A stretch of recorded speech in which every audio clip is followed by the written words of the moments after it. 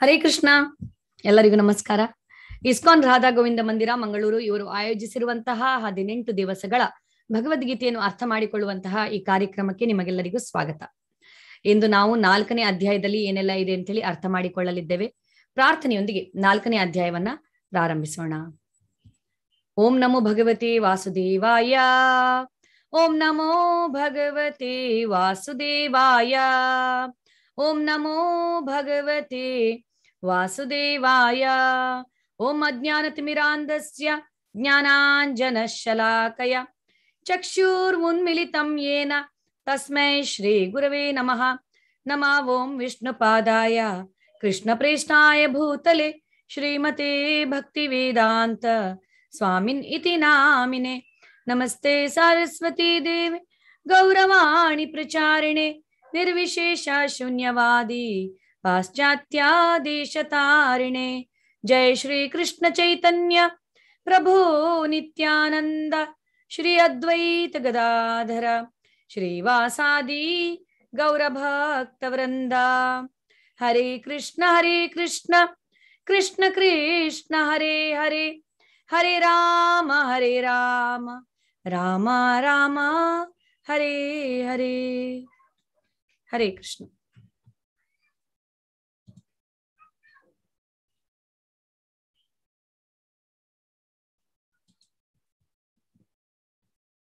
So ಇಂದು 4ನೇ ಅಧ್ಯಾಯದಲ್ಲಿ ಏನೆಲ್ಲ ಇದೆ ಅಂತೇಳಿ ಅರ್ಥ ಮಾಡಿಕೊಳ್ಳೋದಕ್ಕಿಂತ ಮುಂಚೆ ನಾವು 3ನೇ ಅಧ್ಯಾಯದಲ್ಲಿ ಏನೆಲ್ಲ ತಿಳ್ಕೊಂಡು ಅಂತೇಳಿ ಒಂದ್ಸತಿ ರಿಕ್ಯಾಪ್ ಮಾಡೋಣ. 3ನೇ ಅಧ್ಯಾಯದಲ್ಲಿ ಅರ್ಜುನ ಮೊದಲಿಗೆ ಪ್ರಶ್ನಿಸ್ತಾನೆ. ಅರ್ಜುನನ ಪ್ರಶ್ನೆಯೊಂದಿಗೆ ಪ್ರಾರಂಭವಾಗುತ್ತೆ 3ನೇ ಅಧ್ಯಾಯ.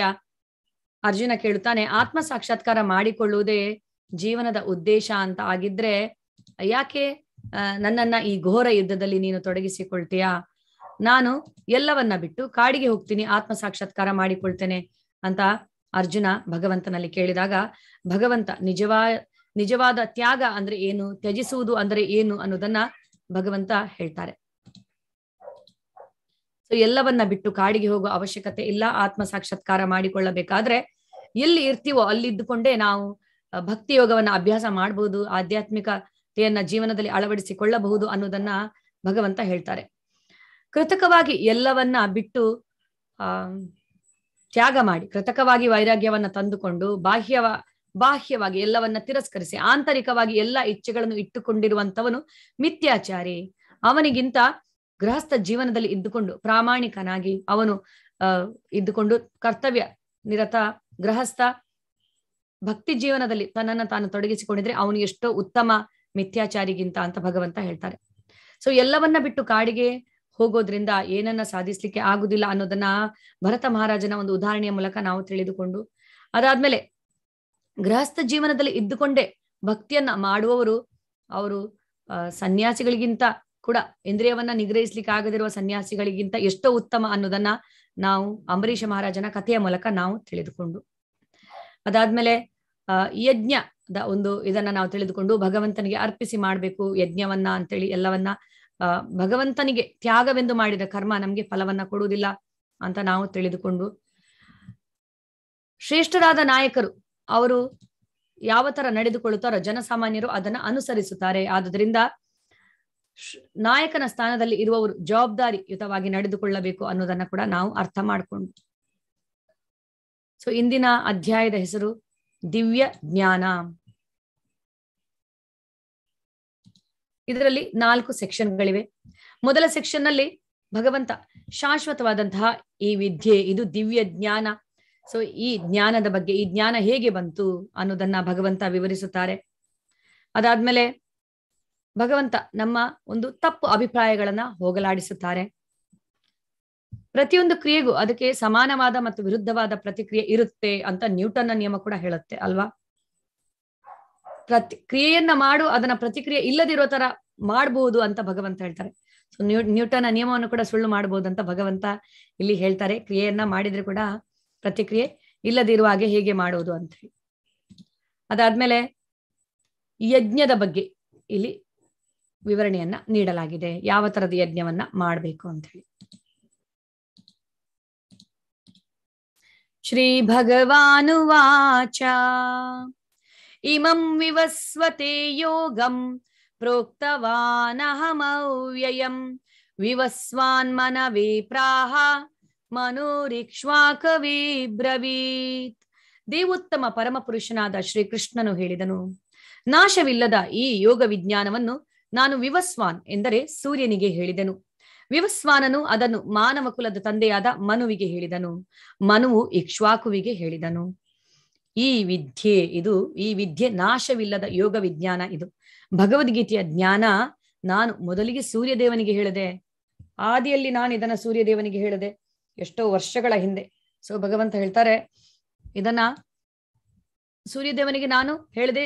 ಸೂರ್ಯದೇವನಾಗಿರುವಂತ ಸೂರ್ಯದೇವನ ಹೆಸರು ವಿವಸ್ವಾನ್ ಅಂತ.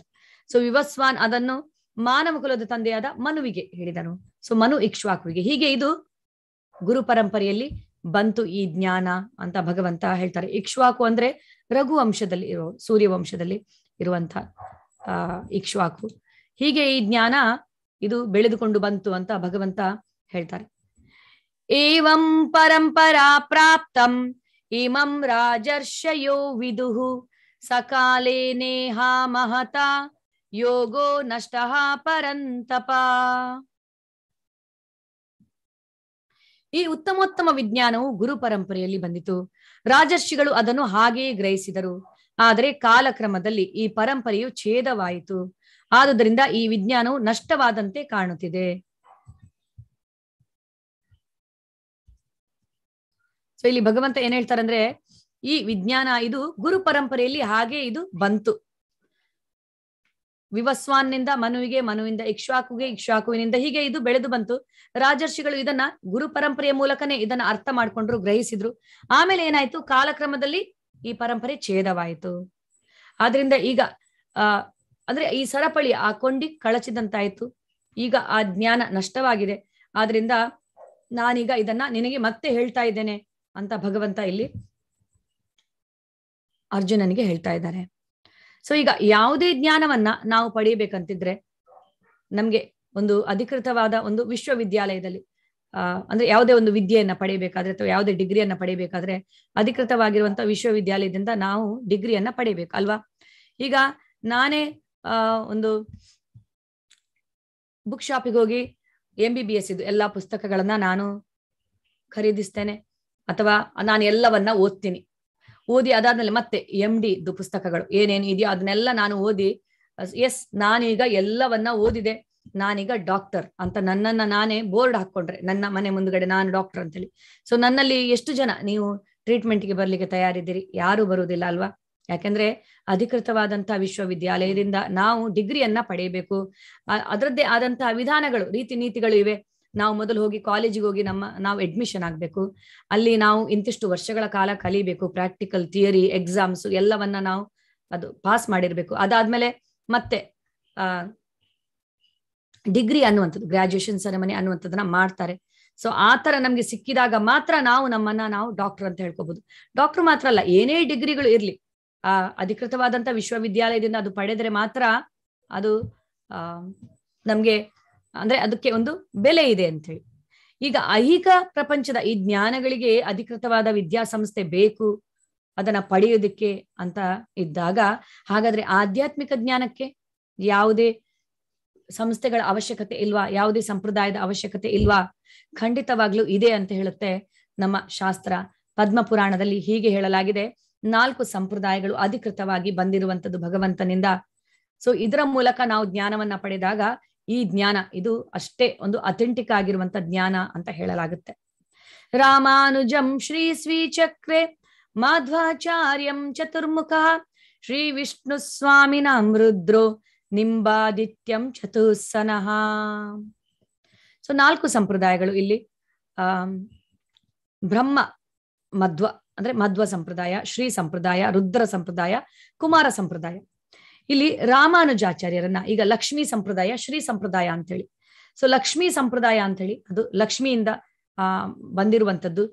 ಲಕ್ಷ್ಮಿ ತನ್ನ ಸಂಪ್ರದಾಯದ ಸಂಸ್ಥಾಪಕ ಆಚಾರ್ಯರನ್ನಾಗಿ ರಾಮಾನುಜಾಚಾರ್ಯರನ್ನ ಅವರು ಆರಿಸಿಕೊಳ್ತಾರೆ. ಸೊ ರಾಮಾನುಜಾಚಾರ್ಯರು ಶ್ರೀ ಸಂಪ್ರದಾಯದ ಸಂಸ್ಥಾಪಕ ಆಚಾರ್ಯರು. ಇನ್ನು ಮಾಧ್ವಾಚಾರ್ಯರನ್ನ ಬ್ರಹ್ಮ ತಮ್ಮ ಸಂಪ್ರದಾಯದ ಪ್ರತಿನಿಧಿಯಾಗಿ ಸಂಸ್ಥಾಪಕ ಆಚಾರ್ಯರನ್ನಾಗಿ ಬ್ರಹ್ಮ ಆರಿಸುತ್ತಾರೆ. ಆಮೇಲೆ ವಿಷ್ಣು ಸ್ವಾಮಿ ಅವರನ್ನ ರುದ್ರ, ಶಿವ ಅವರು ತಮ್ಮ ಒಂದು ಸಂಪ್ರದಾಯದ ಸಂಸ್ಥಾಪಕ ಆಚಾರ್ಯರನ್ನಾಗಿ ಆರಿಸುತ್ತಾರೆ. ಅದಾದ್ಮೇಲೆ ಚತುರ್ಕುಮಾರರು ಕುಮಾರ ಸಂಪ್ರದಾಯ, ನಿಂಬಾರ್ಕಾಚಾರ್ಯ ಅವರನ್ನ ತಮ್ಮ ಒಂದು ಸಂಪ್ರದಾಯದ ಪ್ರತಿನಿಧಿಯಾಗಿ ಅವನ ಆರಿಸುತ್ತಾರೆ, ಸಿಲೆಕ್ಟ್ ಮಾಡ್ತಾರೆ. ಸೊ ಹೀಗೆ 4 ಸಂಪ್ರದಾಯಗಳು ಅಧಿಕೃತವಾಗಿ ಬಂದಿರುವಂಥದ್ದು. ಶ್ರೀ ಸಂಪ್ರದಾಯ ತಮಿಳುನಾಡಿನಲ್ಲಿ ಇದೆ, ತಿರುಚಿಯಲ್ಲಿ ನೀವು ನೋಡಿರ್ಬೋದು. ರಾಮಾನುಜಾಚಾರ್ಯರ ಸಂಪ್ರದಾಯ ಇವಾಗ್ಲೂ ಇದೆ. ಸೊ ಅಲ್ಲಿ ಪ್ರಚಾರ ಪ್ರಸಾರ ಕಾರ್ಯಗಳು ನಡೀತಾ ಇದೆ. ಭಗವದ್ಗೀತೆಯ ಬಗ್ಗೆ ಪ್ರಚಾರ ಮಾಡುವಂಥದ್ದು, ಶ್ರೀಮದ್ ಭಾಗವತಂ ಬಗ್ಗೆ ಜ್ಞಾನವನ್ನ ಕೊಡುವಂಥದ್ದು ಗುರು ಪರಂಪರೆಯ ಮೂಲಕನೇ ಬಂದಿದೆ. ಆ ಜ್ಞಾನ ಇವಾಗ್ಲೂ ಅಲ್ಲಿ ಕೊಡುವಂತ ಕಾರ್ಯ ನಡೀತಾ ಇದೆ. ಆದ್ರೆ ಅದು ಬರೀ ತಮಿಳುನಾಡಿಗೆ ಮಾತ್ರ ಸೀಮಿತವಾಗಿದೆ, ಹೆಚ್ಚಂದ್ರೆ ದಕ್ಷಿಣ ಭಾರತದ ಕೆಲವೆಡೆ ಮಾತ್ರ ಸೀಮಿತವಾಗಿದೆ ಅಂತ ಹೇಳ್ಬೋದು ಈ ಜ್ಞಾನವನ್ನ ಹರಡುವಂತ ಕಾರ್ಯ. ಇನ್ನು ರುದ್ರ ಸಂಪ್ರದಾಯ ಮತ್ತು ಕುಮಾರ ಸಂಪ್ರದಾಯಗಳು ಅಷ್ಟೊಂದು ಆಕ್ಟಿವ್ ಆಗಿಲ್ಲ, ಸಕ್ರಿಯವಾಗಿ ಜ್ಞಾನವನ್ನ ಎಲ್ಲಿಗೂ ಹರಡ್ತಾ ಇಲ್ಲ, ಪ್ರಚಾರ ಪ್ರಸಾರ ಕಾರ್ಯಗಳು ಇಲ್ಲ, ನಮ್ಮ ಶಾಸ್ತ್ರದ ಬಗ್ಗೆ, ಪುರಾಣದ ಬಗ್ಗೆ, ವೇದಗಳ ಜ್ಞಾನವನ್ನ ಹೇಳ್ತಾ ಇಲ್ಲ. ಅವರವರ ಕುಟುಂಬಕ್ಕೆ ಮಾತ್ರ ಅದು ಸೀಮಿತವಾಗಿದೆ ಈಗ. ಇನ್ನು ಉಳಿದಿರುವಂಥದ್ದು ಬ್ರಹ್ಮ ಸಂಪ್ರದಾಯ, ಅಂದ್ರೆ ಮಾಧ್ವಾಚಾರ್ಯರ ಸಂಪ್ರದಾಯ. ಸೊ ಮಾಧ್ವಾಚಾರ್ಯರ ಸಂಪ್ರದಾಯ, ಈಗ ಇಸ್ಕಾನ್ ಅವರು ಯಾವ ಸಂಪ್ರದಾಯವನ್ನ ಅನುಸರಿಸ್ತಾ ಇರುವಂತದ್ದು ಅಂತ ನೀವು ಕೇಳ್ಬೋದು. ಇಸ್ಕಾನ್ ಅವರು ಅನುಸರಿಸ್ತಾ ಇರುವಂತ ಸಂಪ್ರದಾಯ ಮಧ್ವ ಸಂಪ್ರದಾಯ. ಉಡುಪಿಯಲ್ಲಿ ಮಾಧ್ವ ಮಠ ಇದೆ, ನಿಮ್ಗೆಲ್ಲ ಗೊತ್ತಿದೆ. ಆ ಸಂಪ್ರದಾಯವನ್ನೇ ಇಸ್ಕಾನ್ ಕೂಡ ಅನುಸರಿಸ್ತಾ ಇದೆ. ಆ ಗುರು ಶಿಷ್ಯ ಪರಂಪರೆಗೆ ಕನೆಕ್ಟ್ ಆಗಿದೆ ಅಲ್ಲಿ ಬಂದಿರುವಂತದ್ದು. ಸೊ ಕೃಷ್ಣನಿಂದ ಬ್ರಹ್ಮನಿಗೆ ಜ್ಞಾನ, ಬ್ರಹ್ಮನಿಂದ ನಾರದನಿಗೆ, ನಾರದರಿಂದ ವೇದವ್ಯಾಸರಿಗೆ, ವೇದವ್ಯಾಸರಿಂದ ಮಾಧ್ವಾಚಾರ್ಯರು, ಮಾಧ್ವಾಚಾರ್ಯರಿಂದ ಪದ್ಮನಾಭ, ನೃಹರಿ, ಮಾಧವ, ಅಕ್ಷೋಭ್ಯ, ಹೀಗೆ ಇದು ಬೆಳೆದು ಬಂದು 32ನೇ ಸ್ಥಾನದಲ್ಲಿ ನೀವಿಲ್ಲಿ ನೋಡ್ಬೋದು. 32ನೇ ಒಂದು ಇದರಲ್ಲಿ ಭಕ್ತಿ ವೇದಾಂತ ಸ್ವಾಮಿ ಪ್ರಭುಪಾದರ ಹೆಸರಿದೆ ಅಲ್ವಾ. ಸೊ ಇದು ಹೀಗೆ ಬೆಳೆದು ಬಂತು ಈ ಜ್ಞಾನ. ಆದ್ರಿಂದ ಇದು ಭಗವಂತನಿಂದ ನೇರವಾಗಿ ಬಂದಿರುವಂತದ್ದು ಗುರು ಶಿಷ್ಯ ಪರಂಪರೆಯ ಮೂಲಕ. ಆದ್ರಿಂದ ಈ ಜ್ಞಾನ ಕೂಡ ಅಷ್ಟೇ ಪವಿತ್ರವಾಗಿರುವಂತದ್ದು. ಬೇರೆ ಎಲ್ಲ ಸಂಪ್ರದಾಯಗಳು ಈಗ ಅಷ್ಟೊಂದು ಸಕ್ರಿಯವಾಗಿ ಪ್ರಚಾರ ಪ್ರಸಾರ ಕಾರ್ಯದಲ್ಲಿ ತೊಡಗಿಲ್ಲ. ಶ್ರೀ ಸಂಪ್ರದಾಯ ಸ್ವಲ್ಪ ಇದೆ, ತಮಿಳುನಾಡಿಗೆ ಸೀಮಿತವಾಗಿದೆ ಅಂತ ಹೇಳ್ಬೋದು. ಬೇರೆ ಉಳಿದೆರಡು ಶಾಸ್ತ್ರಗಳ ಬಗ್ಗೆ ಜ್ಞಾನವನ್ನ ಬೇರೆಯವರಿಗೆ ಕೊಡುವಂತ ಕಾರ್ಯವನ್ನ ಮಾಡ್ತಾ ಇಲ್ಲ. ಆದ್ರೆ ಈಗ ಪ್ರಪಂಚದಾದ್ಯಂತ ಶಾಸ್ತ್ರಗಳ ಜ್ಞಾನವನ್ನ ಹರಡ್ತಾ ಇರುವಂತಹ ಕಾರ್ಯವನ್ನ ಸಕ್ರಿಯವಾಗಿ ಮಾಡ್ತಾ ಇರುವಂತದ್ದು ಇಸ್ಕಾನ್. ಸೊ ಇದು ಬ್ರಹ್ಮ ಮಧ್ವ ಗೌಡಿಯ ಸಂಪ್ರದಾಯ. ಮಾಧ್ವಾಚಾರ್ಯರ ಸಂಪ್ರದಾಯವನ್ನೇ ಸ್ವಲ್ಪ ಅದನ್ನ ಬದಲಾಯಿಸಲಾಗಿದೆ. ಚೈತನ್ಯ ಮಹಾಪ್ರಭುಗಳು, ಕೃಷ್ಣನ ಅವತಾರವಾಗಿರುವಂತ ಚೈತನ್ಯ ಮಹಾಪ್ರಭುಗಳು ಬಂದು ಅದನ್ನ ಇನ್ನೂ ಸರಳೀಕರಿಸಿದ್ರು. ಇದನ್ನ ಅಂದ್ರೆ ತುಂಬಾ ಸುಲಭವಾಗಿ ಅನುಸರಿಸುವ ತರ ಅದನ್ನ ಮಾಡಿದ್ರು. ಅದಕ್ಕೆ ಬ್ರಹ್ಮ ಮಧ್ವ ಗೌಡಿಯ ಸಂಪ್ರದಾಯ ಅಂತ ಹೇಳಲಾಗುತ್ತದೆ. ಆ ಸಂಪ್ರದಾಯವನ್ನ ಈಗ ಇಸ್ಕಾನ್ ಮಾಡ್ತಾ ಬಂದಿದೆ, ಅನುಸರಿಸ್ತಾ ಬಂದಿದೆ. ಅಂದ್ರೆ ಅದರ ಮೂಲ ಮಾಧ್ವಾಚಾರ್ಯರೇ ನಮ್ಮ ಒಂದು ಸಂಪ್ರದಾಯದ್ದು. ಆದ್ರಿಂದ ಇದು ಕೂಡ ಭಗವಂತನಿಂದ ನೇರವಾಗಿ ಬಂದಿರುವಂತದ್ದು. ಪ್ರಪಂಚದಾದ್ಯಂತ ಪ್ರಚಾರ ಕಾರ್ಯದಲ್ಲಿ ತೊಡಗಿದೆ. ಇದು ತುಂಬಾ ಸಕ್ರಿಯವಾಗಿ ತೀವ್ರ ಗತಿಯಲ್ಲಿ ಪ್ರಚಾರ ನಡೀತಾ ಇದೆ. ಭಗವದ್ಗೀತೆ ಬಗ್ಗೆ, ಶ್ರೀಮದ್ ಭಾಗವತಂ ಬಗ್ಗೆ, ನಮ್ಮ ಶಾಸ್ತ್ರಗಳ ಬಗ್ಗೆ, ಎಲ್ಲದರ ಬಗ್ಗೆ ಕೃಷ್ಣ ಪ್ರಜ್ಞೆಯ ಒಂದು ಇದನ್ನ ಪ್ರಚಾರವನ್ನ ಎಲ್ಲೆಡೆ ವಿಶ್ವದಾದ್ಯಂತ ಹರಡುವ ಕಾರ್ಯದಲ್ಲಿ ಇಸ್ಕಾನ್ ನಿರತವಾಗಿದೆ. ಈಗಾಗಲೇ ಕೋಟಿ ಸಂಖ್ಯೆಗಳಲ್ಲಿ ಜನರು ಇಸ್ಕಾನಿನ ಮಾರ್ಗದರ್ಶನದಲ್ಲಿ ಭಕ್ತಿ ಯೋಗವನ್ನ ಅಭ್ಯಾಸ ಮಾಡ್ತಾ ಇದ್ದಾರೆ. ಅಷ್ಟೊಂದು ತೀವ್ರಗತಿಯಲ್ಲಿ ಪ್ರಚಾರ ಕಾರ್ಯ ನಡೀತಾ ಇರುವಂತದ್ದು ಈಗ ಈ ಸಂಪ್ರದಾಯ. ಸೊ ಈಗ ನಾವು ಇಲ್ಲಿ ಪಡಿತಾ ಇರುವಂತ ಜ್ಞಾನ ಇದು ಅಷ್ಟೇ ಪವಿತ್ರ ಮತ್ತು ಅಷ್ಟೇ ಸುರಕ್ಷಿತವಾಗಿರುವಂತದ್ದು ಅದನ್ನ ಸ್ವೀಕರಿಸುವುದಕ್ಕೆ. ಯಾಕೆಂದ್ರೆ ಇದು ಹಿಸ್ ಡಿವೈನ್ ಗ್ರೇಸ್ ಎಸಿ ಭಕ್ತಿ ವೇದಾಂತ ಸ್ವಾಮಿ ಪ್ರಭುಪಾದ, ಭಗವಂತನ ಪರಿಶುದ್ಧ ಭಕ್ತನಾಗಿರುವಂತ ಪ್ರಭುಪಾದರಿಂದ ನಮಗೆ ಈ ಜ್ಞಾನ ಲಭ್ಯವಾಗಿರುವಂತದ್ದು ಗುರು ಶಿಷ್ಯ ಪರಂಪರೆಯಲ್ಲಿ. ಸೊ ಭಗವಂತನ ನೇರವಾಣಿಯನ್ನು ಯಥಾರೂಪದಲ್ಲಿ ನಮ್ಮ ಮುಂದೆ ಇಡಲಾಗಿದೆ. ಬ್ರಹ್ಮ ಮಧ್ವ ಗೌಡಿಯ ಸಂಪ್ರದಾಯದ ಮೂಲಕ ನಮಗೆ ಇದು ಪ್ರಾಪ್ತಿಯಾಗಿದೆ. ಭಗವಂತ ಹೇಳ್ತಾರೆ ಭಗವದ್ಗೀತೆಯಲ್ಲಿ, ಭಕ್ತ್ಯಾಮಾಮ ಅಭಿಜಾನಾತಿ, ಭಕ್ತಿಯಿಂದ ಮಾತ್ರ ನನ್ನನ್ನು ಮತ್ತೆ ನನ್ನ ವಾಣಿಯನ್ನ ಅದೇ ಇರುವ ತರ ಈ ರೀತಿಯಲ್ಲಿ ಯಥಾರ್ಥವಾಗಿ ತಿಳಿದುಕೊಳ್ಳೋದಕ್ಕೆ ಸಾಧ್ಯವಾಗುತ್ತದೆ ಅಂತೇಳಿ.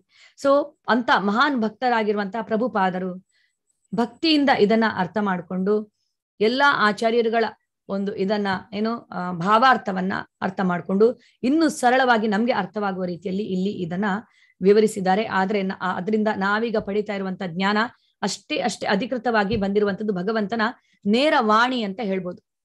ಈಗ ಪ್ಲಗ್ ಪಾಯಿಂಟ್, ಅದು ಎಲೆಕ್ಟ್ರಿಸಿಟಿ ಕನೆಕ್ಷನ್ ಇರ್ಲಿಲ್ಲ ಅಂದ್ರೆ ಅದನ್ನ ನಾವು ಕನೆಕ್ಟ್ ಮಾಡಿದ್ರು, ಪ್ಲಗ್ ಹಾಕಿದ್ರು ಅದರಲ್ಲಿ ಕರೆಂಟ್ ಹರಿಯುವುದಿಲ್ಲ ಅಲ್ವಾ. ಈಗ ಹೊಸದಾಗಿ ಮನೆಯನ್ನ ಕಟ್ಟುವಾಗ ಜಸ್ಟ್ ಎಲ್ಲ ಕಡೆ ಪ್ಲಗ್ ಪಾಯಿಂಟ್ ಎಲ್ಲ ಇರುತ್ತೆ, ಬಟ್ ಕನೆಕ್ಷನ್ ಇನ್ನೂ ಕೊಟ್ಟಿರುವುದಿಲ್ಲ. ಸೊ ಆವಾಗ ನಾವು ಪ್ಲಗ್ ಹಾಕಿದ್ರೆ ಕರೆಂಟ್ ಹರಿಯುತ್ತದಾ? ಇಲ್ಲ. ಸೊ ಆದ್ರಿಂದ ಎಂತ ಕಡೆ ನಾವು ಪ್ಲಗ್ ಹಾಕ್ಬೇಕು, ವಿದ್ಯುತ್ ಶಕ್ತಿ ಕನೆಕ್ಷನ್ ಇರುವ ತರ, ಎಲೆಕ್ಟ್ರಿಸಿಟಿ ಪವರ್ ಹೌಸ್ಗೆ ಎಲೆಕ್ಟ್ರಿಸಿಟಿ ಕನೆಕ್ಟ್ ಆಗಿರುವಂತದಕ್ಕೆ ನಾವು ಪ್ಲಗ್ ಹಾಕಿದ್ರೆ ಮಾತ್ರ ಕರೆಂಟ್ ಹರಿಯುತ್ತದೆ.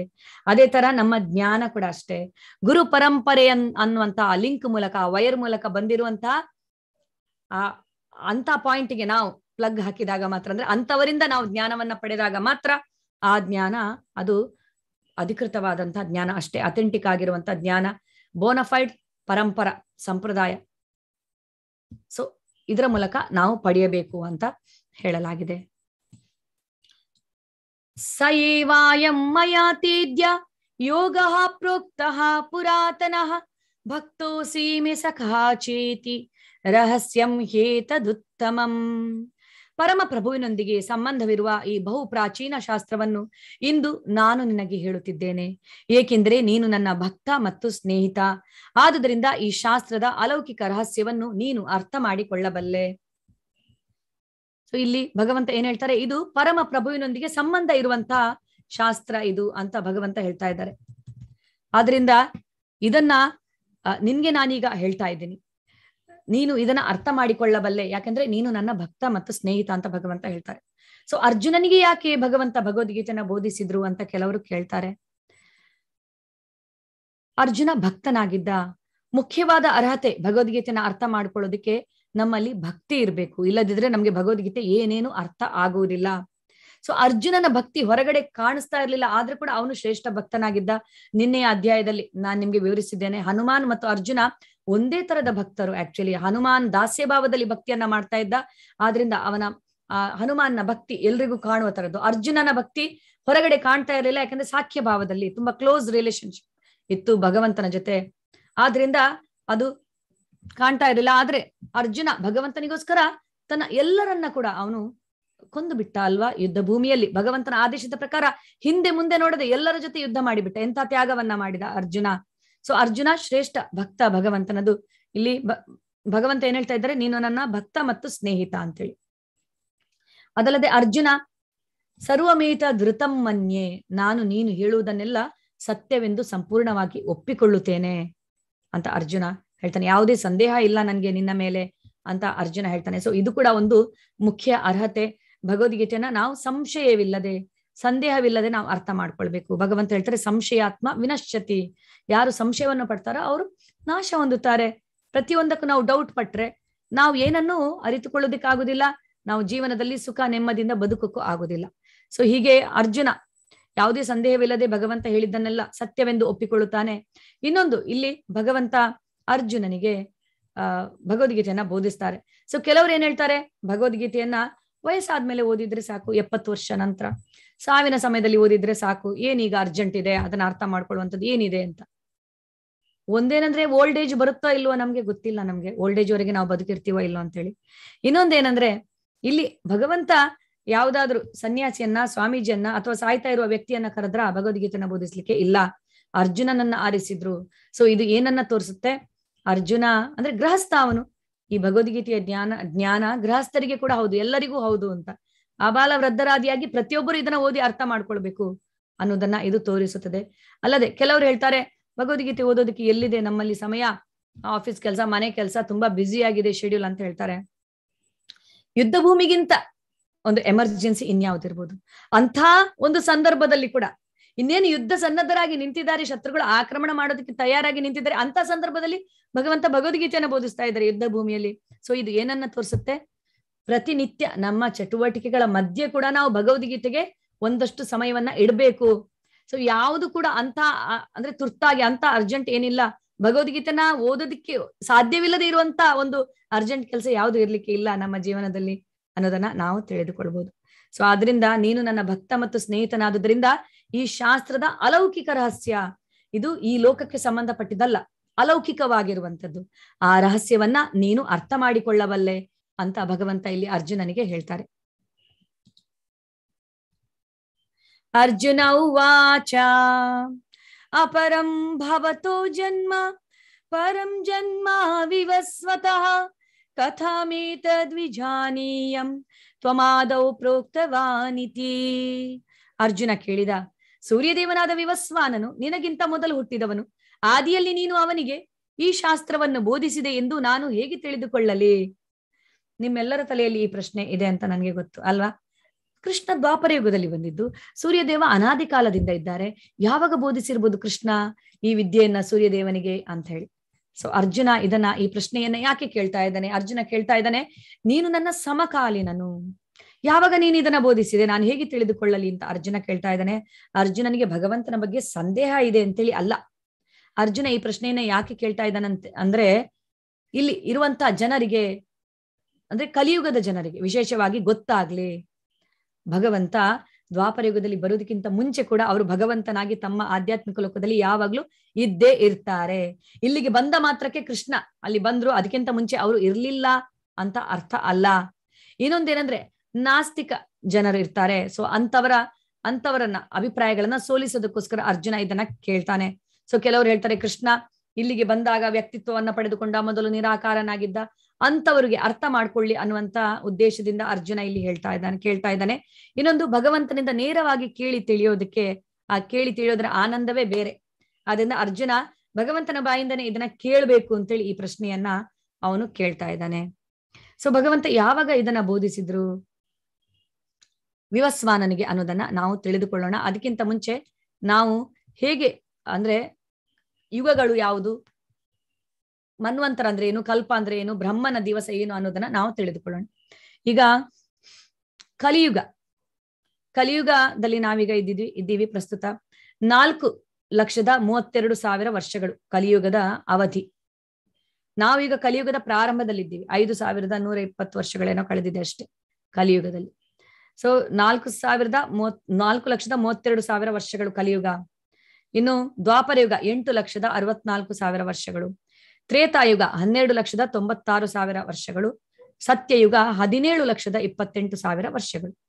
ಹೀಗೆ 4 ಯುಗಗಳು ಸೇರಿದಾಗ ಒಂದು ದಿವ್ಯ ಯುಗವಾಗುತ್ತದೆ. 71 ದಿವ್ಯ ಯುಗಗಳು ಸೇರಿದಾಗ ಒಂದು ಮನ್ವಂತರವಾಗುತ್ತದೆ. 14 ಮನ್ವಂತರಗಳು ಮತ್ತು 15 ಸಂಧ್ಯಗಳು ಸೇರಿದಾಗ ಒಂದು ಕಲ್ಪವಾಗುತ್ತದೆ. ಬ್ರಹ್ಮನ ದಿವಸ ಇದು. ಒಂದು ಕಲ್ಪ ಅಂದ್ರೆ ಬ್ರಹ್ಮನ ಒಂದು ದಿವಸ. ಅಂತಹ 100 ವರ್ಷಗಳ ಕಾಲ ಬ್ರಹ್ಮ ಬದುಕುತ್ತಾರೆ. ಸೊ ಬ್ರಹ್ಮ ದೀರ್ಘಾಯು. ಬ್ರಹ್ಮನಿಗೆ ಸಾವಿಲ್ಲ ಅಂತೇಳಿ ಅಲ್ಲ, ಬ್ರಹ್ಮನಿಗೂ ಸಾವಿದೆ. ಬ್ರಹ್ಮ ದೀರ್ಘಾಯು ಅಂದ್ರೆ ಹೇಗೆ? ಬ್ರಹ್ಮನ ಒಂದು ದಿವಸ ನಮ್ಮ ಒಂದು ಕಲ್ಪದ ಪ್ರಕಾರ ಅಷ್ಟು ವರ್ಷಗಳು. ಹೇಗಪ್ಪ ಇದನ್ನ ಅರ್ಥ ಮಾಡ್ಕೊಳ್ಬಹುದು ನಾವು ಅಂತ ನೀವು ಯೋಚಿಸ್ತಾ ಇರ್ಬೋದು. ಅರ್ಥ ಮಾಡ್ಕೊಳ್ಳೋದು ಹೇಗೆ ಅಂತೇಳಿ, ಈಗ ಕೆಲವೊಂದು ಕ್ರಿಮಿಕೀಟಗಳು ನಮ್ಮ ಕಣ್ಣು ಮುಂದೆ ಬೆಳಿಗ್ಗೆ ಹುಟ್ಟುತ್ತವೆ, ಮಧ್ಯಾಹ್ನ ಸಂಜೆ ಅಷ್ಟೊತ್ತಿಗೆ ಸತ್ತೋಗುವಂತ ಕ್ರಿಮಿಕೀಟಗಳು ಇದೆ ನಮ್ಮ ಕಣ್ಣು ಮುಂದೆನೆ. ಸೊ ಅಂದ್ರೆ ಅವುಗಳ ಸಂಪೂರ್ಣ ಜೀವಿತಾವಧಿ ನಮ್ಮ ಒಂದು ದಿನ ಅಲ್ವಾ ಕ್ರಿಮಿಕೀಟಗಳದ್ದು. ಅದೇ ತರ ನಮ್ಮ ಸಂಪೂರ್ಣ ಜೀವಿತಾವಧಿ ಬ್ರಹ್ಮನ 1 ಸೆಕೆಂಡ್ ಕೂಡ ಇರ್ಲಿಕ್ಕಿಲ್ಲ, ಅಂದ್ರೆ ಆ ತರ. ಸೊ ಹೀಗೆ ಇದು ಲೆಕ್ಕಾಚಾರ ಬೇರೆ ತರ ಇದೆ ಇಲ್ಲಿ ಅಂತ ಹೇಳಿ ನಾವು ನೋಡ್ಬೋದು. ಸೊ ಈಗ ನಾವು ಕಲಿಯುಗದಲ್ಲಿ 5,121 ವರ್ಷಗಳನ್ನ ಕಳೆದಿದ್ದೇವೆ. ಬ್ರಹ್ಮ ಈಗಾಗಲೇ 50 ವರ್ಷಗಳನ್ನ ಕಳೆದಿದ್ದಾನೆ. 6 ಮನ್ವಂತರಗಳು ಆಗಿ ಹೋಗಿವೆ. 27 ಸೈಕಲ್ಗಳ 4 ಯುಗಗಳು ಕಳೆದು ಹೋಗಿದವೆ.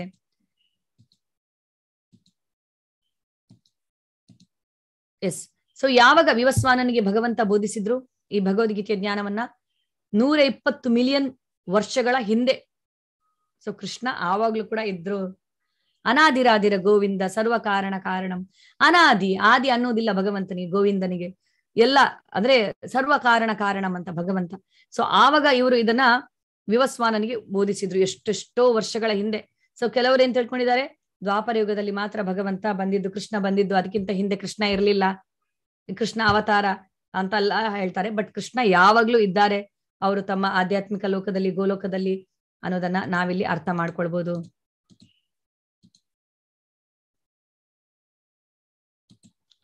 ಎಸ್. ಸೊ ಈಗ ಅದಾದ್ಮೇಲೆ ಮನುವಿಗೆ ಯಾವಾಗ ಬೋಧಿಸಿದ್ರು ಈ ಭಗವದ್ಗೀತೆಯನ್ನ? ಇಕ್ಷ್ವಾಕುವಿಗೆ. ಮನು ಯಾವಾಗ ಇಕ್ಷ್ವಾಕುವಿಗೆ ಇದನ್ನ ಬೋಧಿಸಿದ್ದು? 2 ಮಿಲಿಯನ್ ವರ್ಷಗಳ ಹಿಂದೆ ಇದನ್ನ ಬೋಧಿಸಲಾಯಿತು. ಸೊ ಈಗ ಬ್ರಹ್ಮನ ಒಂದು ದಿವಸ 1 ಲಕ್ಷ ವರ್ಷಗಳು, ನಮ್ಮ 1 ಲಕ್ಷ ವರ್ಷಗಳು ಬ್ರಹ್ಮನ ಒಂದು ದಿವಸ ಅಂತ ಈ ತರ. ಸೊ ಇದನ್ನೆಲ್ಲ ನಾನು ನಿಮ್ಗೆ ಗ್ರೂಪ್ ಅಲ್ಲಿ ಶೇರ್ ಮಾಡ್ತೀನಿ, ನೀವು ಇದನ್ನ ಡೀಟೇಲ್ ಆಗಿ ತಿಳ್ಕೊಬಹುದು ಏನಂತೇಳಿ, ಈ ಡೀಟೇಲ್ಸ್ನೆಲ್ಲ ನೋಡ್ಬೋದು. ಶ್ರೀ ಭಗವಾನುವಾಚ ಬಹೂನಿ ಮೇ ವ್ಯತೀತಾನಿ ಜನ್ಮಾನಿ ತವ ಚಾರ್ಜುನ ತಾನ್ಯಹಂ ವೇದ ಸರ್ವಾಣಿ ನತ್ವಂ ವೇತ್ಥ ಪರಂತಪ. ದೇವೋತ್ತಮ ಪರಮಪುರುಷನು ಹೀಗೆ ಹೇಳಿದನು, ಶತ್ರು ದಮನನಾದ ಅರ್ಜುನನೇ, ನೀನು ನಾನು ಅನೇಕ ಜನ್ಮಗಳನ್ನು ಕಳೆದಿದ್ದೇವೆ. ನನಗೆ ಅವೆಲ್ಲ ಜನ್ಮಗಳ ನೆನಪಿದೆ, ಆದರೆ ನಿನಗೆ ನೆನಪಿಲ್ಲ. ಸೊ ಇಲ್ಲಿ ಭಗವಂತ ಏನ್ ಹೇಳ್ತಾರೆ, ಅರ್ಜುನ ನಾನು ಯಾವಾಗ ಬೋಧಿಸಿದೆ, ಹೇಗೆ ಬೋಧಿಸಿದೆ ಅಂತ ನೀನ್ ಕೇಳ್ತಾ ಇದೆಯಲ್ಲ, ಅಂದ್ರೆ ಲಕ್ಷಾಂತರ ವರ್ಷಗಳ ಹಿಂದೆ ನಾನು ಹೇಗೆ ಬೋಧಿಸಿದೆ ಅಂತ ನೀನ್ ತಿಳ್ಕೊಬೇಕಾ? ಆದ್ರೆ ನಿನ್ಗೆ ಯಾವುದ್ರ ನೆನಪೇ ಇಲ್ಲ, ನನ್ಗೆ ಎಲ್ಲದರ ನೆನಪಿದೆ. ನೀನು ಈಗ ಈ ಹಿಂದೆ ಕೂಡ ಇದ್ದೆ, ಇವಾಗ್ಲೂ ಇದ್ಯಾ, ಮುಂದೆಯೂ ನೀನು ಇರ್ತೀಯ. ಎಷ್ಟೆಷ್ಟೋ ಜನ್ಮಗಳನ್ನ ನೀನು ಪಡೆದಿದ್ಯಾ, ನಿನ್ಗೆ ಯಾವ್ದ್ರ ನೆನಪಿಲ್ಲ ಅರ್ಜುನ? ನನ್ಗೆ ನೆನಪಿದೆ. ನಿನ್ನ ಬಗ್ಗೆ ಮಾತ್ರ ಅಲ್ಲ, ಪ್ರತಿಯೊಂದು ಜೀವರಾಶಿಯ ಬಗ್ಗೆ ಕೂಡ ನನಗೆ ನೆನಪಿದೆ. ಯಾಕೆಂದ್ರೆ ಎಲ್ಲಾ ಜೀವಿಗಳ ಹೃದಯದಲ್ಲಿ ಪರಮಾತ್ಮನಾಗಿ ನಾನು ಇರುತ್ತೇನೆ. ಎಲ್ಲಾ ಜೀವಿಗಳ ಭೂತ ಭವಿಷ್ಯ ವರ್ತಮಾನವನ್ನು ಬಲ್ಲೆ, ನನ್ನನ್ನ ಬಲ್ಲೆ, ಎಲ್ಲಾ ಜೀವಿಗಳನ್ನ ನಾನು ಬಲ್ಲೆ. ನಾನು ಇದನ್ನು ಯಾವಾಗ ವಿವಸ್ವಾನನಿಗೆ ಬೋಧಿಸಿದೆ ಅದನ್ನ ಕೂಡ ನಾನು ಬಲ್ಲೆ. ನನಗೆ ಎಲ್ಲದರ ನೆನಪಿದೆ. ನನ್ನ ನೆನಪು ಯಾವತ್ತೂ ಕ್ಷಯಿಸುವುದಿಲ್ಲ, ಅದು ಹಾಗೆ ಇರ್ತದೆ. ಆದ್ರೆ ಜೀವಿಗಳ ನೆನಪು ಕ್ಷಯಿಸುತ್ತದೆ. ಇದು ಭಗವಂತನಿಗೂ ನಮಗೂ ಇರುವಂತ ವ್ಯತ್ಯಾಸ. ಭಗವಂತನಿಗೆ ಎಲ್ಲದರ ನೆನಪಿರುತ್ತದೆ, ನಮಗೆ ಯಾವ ನೆನಪು ಕೂಡ ಇರುವುದಿಲ್ಲ. ಸೊ ಭಗವಂತ ಇದನ್ನ ಇಲ್ಲಿ ಹೇಳ್ತಾ ಇದ್ದಾರೆ. ಹಲವಾರು ಬಾರಿ ನೀನು ಇಲ್ಲಿ ಜನ್ಮವೆತ್ತಿದ್ಯಾ ಅರ್ಜುನ ಅಂತ ಭಗವಂತ ಹೇಳ್ತಾ ಇದ್ದಾರೆ ಅರ್ಜುನನಿಗೆ. ಸೊ ಭಗವಂತ ಹೇಗೆ ಬರ್ತಾರೆ ಈ ಭೂಮಿಯ ಮೇಲೆ?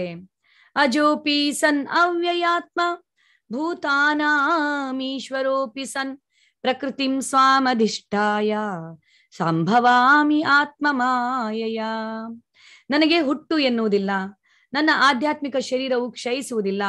ನಾನು ಎಲ್ಲ ಜೀವಿಗಳ ಪ್ರಭು, ಆದರೂ ಪ್ರತಿ ಯುಗದಲ್ಲಿಯೂ ನನ್ನ ಮೂಲ ಆಧ್ಯಾತ್ಮಿಕ ರೂಪದಲ್ಲಿ ಅವತರಿಸುತ್ತೇನೆ. ಸೊ ಭಗವಂತ ಹೇಳ್ತಾರೆ, ನನಗೆ ಹುಟ್ಟು ಎನ್ನುವುದಿಲ್ಲ.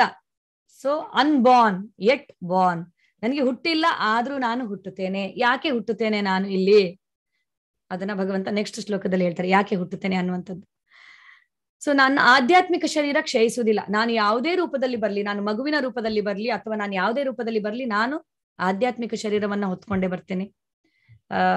ಸೊ ನಾನು ನನ್ನ ಅಂದ್ರೆ ಮೂಲ ರೂಪದಲ್ಲಿ ಅವತರಿಸುತ್ತೇನೆ, ಮೂಲ ಆಧ್ಯಾತ್ಮಿಕ ರೂಪದಲ್ಲಿ ಅವತರಿಸುತ್ತೇನೆ. ಸೊ ಭಗವಂತ ಅವತರಿಸುವಂಥದ್ದು ಅವತಾರವಲ್ಲ, ಕೃಷ್ಣ ಅವತಾರಿ, ಅವರು ಅವತರಿಸುತ್ತಾರೆ. ಪ್ರತಿ ಯುಗದಲ್ಲಿಯೂ ನಾನು ಅವತರಿಸುತ್ತೇನೆ ಅಂತ ಭಗವಂತ ಇಲ್ಲಿ ಹೇಳ್ತಾ ಇದ್ದಾರೆ. ಸೊ ಕೃಷ್ಣ ಜನಿಸುವುದಕ್ಕಿಂತ ಮುಂಚೆ ಚತುರ್ಭುಜ ನಾರಾಯಣ ರೂಪದಲ್ಲಿ ಬಂದು ದೇವಕಿ ಮತ್ತು ವಸುದೇವರಿಗೆ ಅವರು ಅಭಯಹಸ್ತವನ್ನ ನೀಡ್ತಾರೆ. ನಾನು ನಿಮ್ಮ ಪುತ್ರನಾಗಿ ಬರಲಿದ್ದೇನೆ ಅಂತ ಹೇಳ್ತಾರೆ ಅಲ್ವಾ? ಸೊ ಅವರು ಮೂಲ ರೂಪದಲ್ಲಿ ಇಲ್ಲಿಗೆ ಬರ್ತಾರೆ. ಕೃಷ್ಣ ತನ್ನ ಸ್ವಂತ ಇಚ್ಛೆಯಿಂದ ಅವರು ಇಲ್ಲಿಗೆ ಬರ್ತಾರೆ ಅನ್ನೋದನ್ನ ಅವರಿಲ್ಲಿ ಹೇಳ್ತಾರೆ. ಹುಟ್ಟಿಲ್ಲದಿದ್ರೆ ಕೂಡ ಅವರು ಹುಟ್ಟುತ್ತಾರೆ, ಲೀಲೆಯನ್ನ ಮಾಡೋದಕ್ಕೋಸ್ಕರ, ಭಕ್ತರಿಗೆ ಸಂತೋಷ ಕೊಡೋದಕ್ಕೋಸ್ಕರ ಅವರು ಇಲ್ಲಿ ಹುಟ್ಟುತ್ತಾರೆ. ಈಗ ನಮಗೂ ಭಗವಂತನಿಗೂ ಇರುವಂತ ವ್ಯತ್ಯಾಸ ಏನು? ಭಗವಂತನ ಅವರ ಆ ರೂಪ ಅದು ಆಧ್ಯಾತ್ಮಿಕವಾಗಿರುವಂಥದ್ದು. ಆದ್ರೆ ನಮ್ಮ ಈ ದೇಹ ಇದು ಪಂಚಭೂತಗಳಿಂದ ಕೂಡಿರುವಂಥದ್ದು, ಟೆಂಪರರಿ. ಸ್ಥೂಲ ದೇಹ, ಸೂಕ್ಷ್ಮ ದೇಹ ಮತ್ತೆ ಆತ್ಮ, ಇಷ್ಟು ಸೇರಿ ನಾವು ಅಲ್ವಾ? ನಮ್ಮ ದೇಹ ಪಂಚಭೂತಗಳಿಂದ ಕೂಡಿರುವಂಥದ್ದು, ಸೂಕ್ಷ್ಮ ದೇಹ ಮನಸ್ಸು ಬುದ್ಧಿ ಅಹಂಕಾರ ಮತ್ತೆ ಆತ್ಮ, ಇದು ಮೂರು ಸೇರಿ ನಾವಾಗಿದ್ದೀವಿ. ಆದ್ರೆ ಭಗವಂತನಿಗೆ ಹಾಗಲ್ಲ. ಭಗವಂತನ ದೇಹಕ್ಕೂ ಆತ್ಮಕ್ಕೂ ಯಾವ ವ್ಯತ್ಯಾಸವಿಲ್ಲ, ಎಲ್ಲವೂ ಆಧ್ಯಾತ್ಮಿಕ, ಎಲ್ಲವೂ ಶಾಶ್ವತ. ಅದಾದ್ಮೇಲೆ ಭಗವಂತ ಮಾಯೆಯನ್ನ ನಿಯಂತ್ರಣದಲ್ಲಿ ಇಟ್ಟುಕೊಳ್ಳುತ್ತಾರೆ. ನಾವು ಮಾಯೆಯ ಪ್ರಭಾವಕ್ಕೆ ನಾವು ಒಳಗಾಗುತ್ತೇವೆ. ಭಗವಂತನಿಗೆ ಎಲ್ಲದರ ನೆನಪಿರುತ್ತದೆ. ಸೊ ಭಗವಂತನಿಗೆ ಎಲ್ಲದರ ನೆನಪಿರುತ್ತದೆ. ತಮ್ಮ ಬಗ್ಗೆ ನೆನಪಿದೆ, ಅರ್ಜುನನ ಬಗ್ಗೆ ನೆನಪಿದೆ, ಪ್ರತಿಯೊಂದು ಜೀವಿಗಳ ಬಗ್ಗೆ ನೆನಪಿದೆ, ಪ್ರತಿಯೊಂದು ಜೀವಿಗಳ ಭೂತ ಭವಿಷ್ಯ ವರ್ತಮಾನ ಎಲ್ಲವೂ ಭಗವಂತನಿಗೆ ಗೊತ್ತಿದೆ. ಭೂತಕಾಲದ ಬಗ್ಗೆ ನೆನಪಿದೆ, ವರ್ತಮಾನದ ಬಗ್ಗೆ ಗೊತ್ತಿದೆ, ಭವಿಷ್ಯ ಏನಾಗುತ್ತೆ ಅನ್ನೋದು ಕೂಡ ಭಗವಂತನಿಗೆ ಗೊತ್ತಿರುತ್ತದೆ. ಆದ್ರೆ ನಮ್ಗೆ ನಾವು ಮರೀತೇವೆ. ಮರೆಯು ಎಂತ ಮರೆಯು ಅಂದ್ರೆ, ಕಳೆದ ವಾರ ಇಷ್ಟೊತ್ತಿಗೆ ಏನ್ ಮಾಡ್ತಾ ಇದ್ದು ನಮ್ಗೆ ನೆನಪಿದ್ಯಾ? ಇಲ್ಲ. ನಾವು ಅತಿ ಬೇಗ ಮರ್ತು ಬಿಡ್ತೀವಿ, ಎಲ್ಲವನ್ನ ಮರ್ತು ಬಿಡ್ತೀವಿ. ನಾವು ಮರ್ತು ನಮ್ಮನ್ನು ಮರಿತೀವಿ, ನಾವು ಯಾರು ಅನ್ನೋದನ್ನು ನಾವು ಮರಿತೀವಿ ಐಹಿಕ ಪ್ರಪಂಚಕ್ಕೆ ಬಂದಾಗ. ಅದಾದ್ಮೇಲೆ ಭಗವಂತ ಯಾರು ಅನ್ನೋದನ್ನು ಕೂಡ ನಾವು ಮರೆತು ಬಿಡ್ತೇವೆ. ಸೊ ಮರೆವು ಸಾಮಾನ್ಯವಾಗಿ ಇರುವಂತದ್ದು ಜೀವಿಗಳಿಗೆ. ಆದ್ರೆ ಭಗವಂತ ಯಾವತ್ತೂ ಏನನ್ನ ಮರೆಯುವುದಿಲ್ಲ. ಭಗವಂತನ ದೇಹ ಬದಲಾವಣೆಯನ್ನ ಕಾಣುವುದಿಲ್ಲ. ನಮ್ಮ ದೇಹ ಬಾಲ್ಯದಿಂದ ಯೌವನಕ್ಕೆ, ಯೌವನದಿಂದ ಮುಪ್ಪಿಗೆ, ಮುಪ್ಪಿನಿಂದ ಮತ್ತೆ ಸಾವಿನ ನಂತರ ಮತ್ತೆ ಇನ್ನೊಂದು ದೇಹ, ಹೀಗೆ ಬದಲಾವಣೆಯನ್ನ ಕಾಣ್ತಾ ಹೋಗುತ್ತೆ. ಆದ್ರೆ ಭಗವಂತನ ದೇಹ ಬದಲಾಗುವುದಿಲ್ಲ. ಭಗವಂತ ತನ್ನ ಸ್ವ ಇಚ್ಛೆಯ ಮೂಲಕ ಪ್ರಕಾರ ಇಲ್ಲಿಗೆ ಬರ್ತಾರೆ. ಯಾರು ಅವರನ್ನ ಕರೀಬೇಕಾಗಿಲ್ಲ ಇಲ್ಲಿ ಬರೋದಕ್ಕೆ. ತಮ್ಮ ಸ್ವ ಇಚ್ಛೆಯ ಪ್ರಕಾರ ಅವ್ರು ಇಲ್ಲಿಗೆ ಬರ್ತಾರೆ. ಬರಬೇಕು ಅನ್ಸಿದಾಗ ಇಲ್ಲಿಗೆ ಬರ್ತಾರೆ. ಆದ್ರೆ ನಾವು ನಮ್ಮ ಕರ್ಮಗಳ ಪ್ರಕಾರ ನಾವಿಲ್ಲಿಗೆ ಬರ್ತೀವಿ ಅಲ್ವಾ? ಸೊ ಯಾವ ತರ ಕರ್ಮವನ್ನು ನಾವು ಮಾಡಿರ್ತೇವೆ? ಕರ್ಮಣ ದೈವ ನೇತ್ರೇಣ ಜಂತುರ್ದೇಹೋಪಪಚ್ಚೆ. ಸೊ ನಾವು ಕರ್ಮದ ಪ್ರಕಾರ ನಮ್ಮನ್ನ ಫೋರ್ಸ್ಫುಲಿ ಈ ಪ್ರಪಂಚಕ್ಕೆ ಕಳಿಸಲಾಗುತ್ತದೆ. ಎಲ್ಲಿ ನಾವು ಹುಟ್ಟುತ್ತೇವೆ, ಯಾರು ನಮ್ಮ ಅಪ್ಪ ಅಮ್ಮ ಆಗಲಿದ್ದಾರೆ, ಯಾವ ದೇಶದಲ್ಲಿ ಹುಟ್ಟುತ್ತೇವೆ, ಇದೆಲ್ಲ ನಾವು ಕೇಳಿಕೊಂಡು ಬರುವುದಲ್ಲ, ನಮ್ಮ ಕರ್ಮಗಳ ಪ್ರಕಾರ ನಾವು ಬರ್ತೇವೆ. ಭಗವಂತನ ದೇಹ ದಿವ್ಯವಾಗಿರುವಂಥದ್ದು, ಆಧ್ಯಾತ್ಮಿಕವಾಗಿರುವಂಥದ್ದು. ನಮ್ಮ ದೇಹ ಇದು ಭೌತಿಕ ದೇಹ, ಐಹಿಕ ದೇಹ. ಭಗವಂತನ ಆತ್ಮ ಮತ್ತು ದೇಹಕ್ಕೂ ವ್ಯತ್ಯಾಸವಿಲ್ಲ, ನಮ್ಮ ಆತ್ಮಕ್ಕೂ ದೇಹಕ್ಕೂ ವ್ಯತ್ಯಾಸವಿದೆ. ಭಗವಂತನ ದೇಹ ಕ್ಷಯಿಸುವುದಿಲ್ಲ, ಬುದ್ಧಿ ಕ್ಷಯಿಸುವುದಿಲ್ಲ, ಅವರ ಸ್ಮರಣ ಶಕ್ತಿ ಕ್ಷಯಿಸುವುದಿಲ್ಲ. ನಮ್ಮ ದೇಹ ಕ್ಷಯಿಸುತ್ತದೆ, ನಮ್ಮ ಬುದ್ಧಿ ಕ್ಷಯಿಸುತ್ತದೆ, ನಮ್ಮ ಸ್ಮರಣ ಶಕ್ತಿ ಕೂಡ ಕ್ಷಯಿಸುತ್ತದೆ. ಸೊ ಭಗವಂತ ಮಾಯೆಯನ್ನ ನಿಯಂತ್ರಣದಲ್ಲಿ ಇಟ್ಕೊಳ್ತಾರೆ, ನಾವು ಮಾಯೆಯ ಪ್ರಭಾವಕ್ಕೆ ಒಳಗಾಗುತ್ತೇವೆ. ನಿತ್ಯೋ ನಿತ್ಯಾನಾಂ ಚೇತನಶ್ಚೇತನಾನಾಂ ಏಕೋ ವೈಭವನಾಂ ವಿದದಾತಿ ಕಾಮ. ನಾವು ನಿತ್ಯ, ಭಗವಂತ ನಿತ್ಯ. ಅಂದ್ರೆ ಆತ್ಮ ಕೂಡ ಸಚ್ಚಿದ್ ಆನಂದ, ಭಗವಂತ ಕೂಡ ಸಚ್ಚಿದಾನಂದ. ನಾವು ನಿತ್ಯ, ಭಗವಂತ ನಿತ್ಯ. ಚೇತನ ನಮಗೂ ಇದೆ, ಭಗವಂತನಿಗೂ ಇದೆ. ಆದ್ರೆ ಭಗವಂತನೊಬ್ಬನೇ ಎಲ್ಲರ ಪಾಲಕನು. ನಾವು ತುಂಬಾ ಲಿಮಿಟೆಡ್ ಜೀವಿಗಳು. ಅಂದ್ರೆ ಒಂದು ದೇಹದಲ್ಲಿ ಅವರು ಇರ್ತಾರೆ, ಪ್ರತ್ಯೇಕತೆ ಇರುತ್ತೆ ಅವರಿಗೆ. ಆದ್ರೆ ಭಗವಂತ ಎಲ್ಲಾ ಜೀವಿಗಳ ಜೊತೆ ಅವರಿಗೆ ಕನೆಕ್ಷನ್ ಇದೆ. ಎಲ್ಲಾ ಜೀವಿಗಳನ್ನ ಪಾಲಿಸುವವರು ಅವರೇ. ಯಾವಾಗ ಬರ್ತಾರೆ ಭಗವಂತ ಈ ಪೃಥ್ವಿಯ ಮೇಲೆ? ಯದಾ ಯದಾ ಹಿ ಧರ್ಮಸ್ಯ ಗ್ಲಾನಿರ್ಭವತಿ ಭಾರತ ಅಭ್ಯುತ್ಥಾನಂ ಅಧರ್ಮಸ್ಯ ತದಾತ್ಮಾನಂ ಸೃಜಾಮ್ಯಹಂ. ಭರತ ವಂಶಜನಾದ ಅರ್ಜುನನೇ, ಯಾವಾಗ ಎಲ್ಲೆಲ್ಲಿ ಧರ್ಮದ ಅವನತಿಯಾಗುತ್ತದೋ ಮತ್ತು ಅಧರ್ಮವು ಹೆಚ್ಚುತ್ತದೋ ಆಗ ಸ್ವಯಂ ಅವತಾರ ಮಾಡುತ್ತೇನೆ. ಸೊ ಧರ್ಮವನ್ನ ಮತ್ತೆ ಸ್ಥಾಪಿಸೋದಕ್ಕೋಸ್ಕರ ನಾನು ಸ್ವಯಂ ಅವತಾರ ಮಾಡುತ್ತೇನೆ ಅಂತ ಭಗವಂತ ಹೇಳ್ತಾರೆ. ಯಾಕೆ ಬರ್ತಾರೆ ಭಗವಂತ ಈ ಪೃಥ್ವಿಯ ಮೇಲೆ? ಪರಿತ್ರಾಣಾಯ ಸಾಧೂನಾಂ ವಿನಾಶಾಯ ಚ ದುಷ್ಕೃತಾಂ ಧರ್ಮ ಸಂಸ್ಥಾಪನಾರ್ಥಾಯ ಸಂಭವಾಮಿ ಯುಗೇ ಯುಗೇ. ಸಜ್ಜನರನ್ನು ರಕ್ಷಿಸುವುದಕ್ಕಾಗಿಯೂ ದುಷ್ಟರನ್ನು ನಾಶ ಮಾಡುವುದಕ್ಕಾಗಿಯೂ ಮತ್ತು ಧರ್ಮದ ತತ್ವಗಳನ್ನು ಮತ್ತೆ ಸ್ಥಾಪಿಸುವುದಕ್ಕಾಗಿಯೂ ನಾನು ಪ್ರತಿ ಯುಗದಲ್ಲಿಯೂ ಅವತರಿಸುತ್ತೇನೆ. ಸೊ ಭಗವಂತ ಯಾಕೆ ಬರ್ತಾರೆ ಈ ಪೃಥ್ವಿಯ ಮೇಲೆ? ಮುಖ್ಯ ಕಾರಣ ಏನು? ಸಜ್ಜನರನ್ನ ರಕ್ಷಿಸುವುದಕ್ಕಾಗಿ. ಅಂದ್ರೆ ಸಜ್ಜನರನ್ನ ರಕ್ಷಣೆ. ಸಜ್ಜನರು ಅಂದ್ರೆ ಯಾರು? ಭಕ್ತರು, ಸಾಧುಗಳು, ಅವರ ರಕ್ಷಣೆ. ಸೊ ಅವರನ್ನ ರಕ್ಷಿಸೋದಕ್ಕೋಸ್ಕರ ಭಗವಂತ ಸ್ವತಃ ಇಲ್ಲಿಗೆ ಬರ್ಬೇಕಾ? ಸಜ್ಜನರನ್ನ ರಕ್ಷಿಸುವುದಕ್ಕೆ ಭಗವಂತನ ನಾಮ ಸಾಕು, ನಾಮ ಜಪವೇ ಸಾಕು, ಸಂಪೂರ್ಣ ರಕ್ಷಣೆಯನ್ನ ಕೊಡುತ್ತದೆ. ಯಾಕೆ ಬರ್ತಾರೆ? ಇದರ ನಿಜವಾದ ಅರ್ಥ ಏನು? ಸಜ್ಜನರ ರಕ್ಷಣೆ ಅಂದ್ರೆ ಪರಿತ್ರಾಣಾಯ ಸಾಧೂನಾಂ ಅಂದ್ರೆ ಏನು ಅರ್ಥ? ನನ್ನ ಭಕ್ತರಿಗೆ ಸಂತೋಷವನ್ನ ಕೊಡೋದಕ್ಕೋಸ್ಕರ ನಾನು ಬರ್ತೇನೆ, ನನ್ನ ಭಕ್ತರ ಭಕ್ತಿಗೆ ಸ್ಪಂದಿಸೋದಕ್ಕೋಸ್ಕರ ನಾನು ಬರ್ತೇನೆ ಅಂತ ಭಗವಂತ ಹೇಳ್ತಾರೆ. ಸೊ ಕೃಷ್ಣ ಈ ಪೃಥ್ವಿಗೆ ಬರುವುದೇ ಮುಖ್ಯವಾಗಿ ಭಕ್ತರಿಗೋಸ್ಕರ ಅವರು ಬರ್ತಾರೆ. ಭಕ್ತರು ಯಾವ ಭಾವದಲ್ಲಿ ಭಕ್ತಿಯನ್ನು ಮಾಡುತ್ತಾರೋ ಅದೇ ಭಾವದಲ್ಲಿ ಸ್ಪಂದಿಸುವುದಕ್ಕೋಸ್ಕರ ಕೃಷ್ಣ ಇಲ್ಲಿ ಬರ್ತಾರೆ, ಅವತರಿಸುತ್ತಾರೆ. ಕೃಷ್ಣ ರಾಮನ ಅವತಾರದಲ್ಲಿ ಬಂದಾಗ, ತ್ರೇತಾಯುಗದಲ್ಲಿ ಅವರು ಬಂದಿದ್ದಾಗ, ವನವಾಸದಲ್ಲಿದ್ದಾಗ ಮಾತೆ ಸೀತೆ ತನ್ನ ಕೈಯಿಂದ ತಯಾರಿಸಿದ ಅಡುಗೆಯನ್ನ ಶ್ರೀರಾಮಚಂದ್ರನಿಗೆ ಉಣಬಡಿಸ್ತಾ ಇದ್ದಂತಹ ಮಧುರವಾದಂತಹ, ಅದ್ಭುತವಾದಂತಹ, ಮನಮೋಹಕವಾದಂತಹ ದೃಶ್ಯವನ್ನ ನೋಡಿರುವಂತ ಎಷ್ಟೆಷ್ಟೋ ಋಷಿ ಮುನಿಗಳು ಕಾಡಿನಲ್ಲಿ ರಾಮನ ಹತ್ರ ಬಂದು ತಮ್ಮ ಇಚ್ಛೆಯನ್ನ ತೋಡಿಕೊಂಡ್ರಂತೆ, ನಾವು ಕೂಡ ನಿಮ್ಮನ್ನ ಮಾಧುರ್ಯ ಭಾವದಲ್ಲಿ ನಿಮ್ಮ ಸೇವೆಯನ್ನ ಮಾಡ್ಬೇಕು ಅನ್ನುವಂತ ಇಚ್ಛೆ ನಮಗೆ ಇದೆ ಅಂತೇಳಿ. ಆಗ ಶ್ರೀರಾಮಚಂದ್ರ ಹೇಳ್ತಾರೆ, ಈ ನನ್ನ ಅವತಾರ, ಈ ಅವತಾರದಲ್ಲಿ ನಾನು ಮರ್ಯಾದಾ ಪುರುಷೋತ್ತಮ, ನಾನು ಏಕಪತ್ನಿ ವ್ರತಸ್ಥ, ನಾನು ಎಲ್ಲಾ ಭಾವಗಳಲ್ಲಿ ಸ್ಪಂದಿಸ್ಲಿಕ್ಕೆ ಆಗುದಿಲ್ಲ, ಕೇವಲ ದಾಸ್ಯ ಭಾವ ಅಷ್ಟೇ. ಹನುಮಾನ್ ದಾಸ್ಯ ಭಾವದಲ್ಲಿ ಭಗವಂತನ ಒಂದು ಭಕ್ತಿಯನ್ನ ಮಾಡಿದ್ರು. ಹನುಮಾನ್ ಯಾವತ್ತು ಶ್ರೀರಾಮಚಂದ್ರನ ಹೆಗಲಿಗೆ ಕೈ ಹಾಕಿ hi hello how are you ಅಂತ ಹೇಳಕ್ ಆಗಲ್ಲ. ಯಾಕಂದ್ರೆ ಶ್ರೀರಾಮ ಮರ್ಯಾದಾ ಪುರುಷೋತ್ತಮ, ಅವರು ಡಿಸ್ಟೆನ್ಸ್ ಯಾವಾಗ್ಲೂ ಮೇಂಟೈನ್ ಮಾಡ್ತಾರೆ. ಆದ್ರಿಂದ ಮಾಧುರ್ಯ ಆಗ್ಲಿ, ವಾತ್ಸಲ್ಯ, ಸಾಖ್ಯ ಇದೆಲ್ಲ ಇಲ್ಲ ಶ್ರೀರಾಮಚಂದ್ರನ ಅವತಾರದಲ್ಲಿ. ದಾಸ್ಯ ಭಾವದಲ್ಲಿ ಅವರು ಸ್ಪಂದಿಸಿದ್ರು ಎಲ್ರಿಗೂ. ಆದ್ರೆ ನಿಮ್ಮೆಲ್ಲರ ಇಚ್ಛೆಯನ್ನ ನಾನು ಈಡೇರಿಸಲಿದ್ದೇನೆ.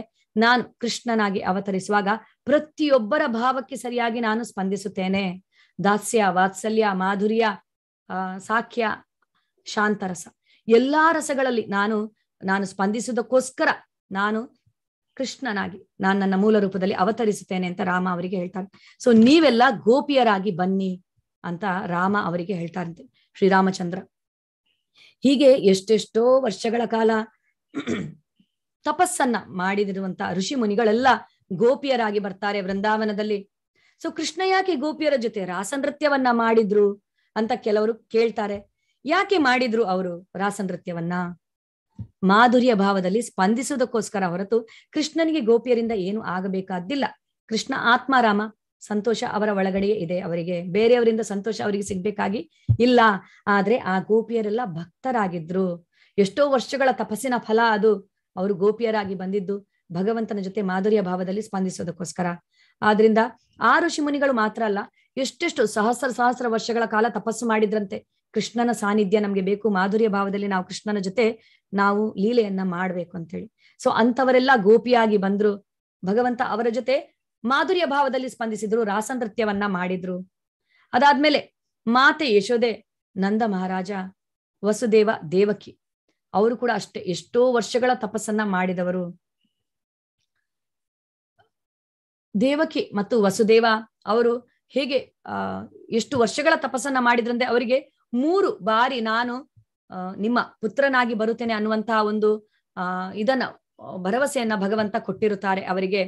ಹೇಗೆ ಕೃಷ್ಣಿಗರ್ಭ ಆಗಿ ಭಗವಂತ ಬರ್ತಾರೆ, ಸುತಪ ಮತ್ತು ಇವರ ಅಂದ್ರೆ ಇದರಲ್ಲಿ ಹೊಟ್ಟೆಯಲ್ಲಿ, ಕೃಷ್ಣಿಯ ಹೊಟ್ಟೆಯಲ್ಲಿ.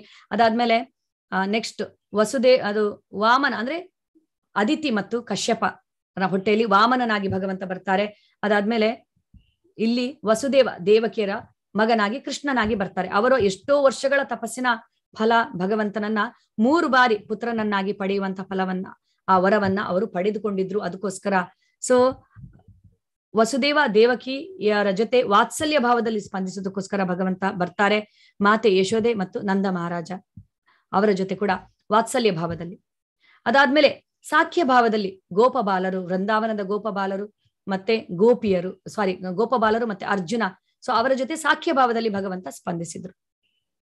ಇನ್ನು ದ್ವಾರಕೆಯ ಅಂದ್ರೆ 16,000 ನಾರಿಯರು, 16,000 ನಾರಿಯರನ್ನ ಅಪಹರಿಸಿದ್ದ ಭೌಮಾಸುರ, ನರಕಾಸುರ ಅಲ್ವಾ? ಸೊ ಆ ನಾರಿಯರನ್ನ ಅವನ ವಶದಿಂದ ಬಿಡಿಸಿರುವಂತ ಕೃಷ್ಣ.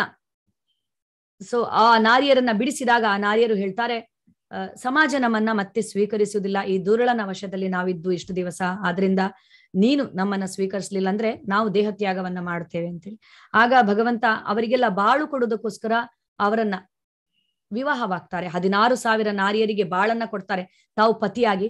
16,000 ನಾರಿಯರ ಜೊತೆ 16,000 ಕೃಷ್ಣನಾಗಿ ತನ್ನನ್ನ ತಾನು ವಿಸ್ತರಿಸಿಕೊಂಡು 16,000 ಅರಮನೆಯನ್ನ ಕಟ್ಟಿಕೊಟ್ಟು ಅವರಿಗೆ 16,000 ನಾರಿಯರೊಂದಿಗೆ ಏಕಕಾಲದಲ್ಲಿ ಕೃಷ್ಣ ಇರ್ತಾರಂತೆ.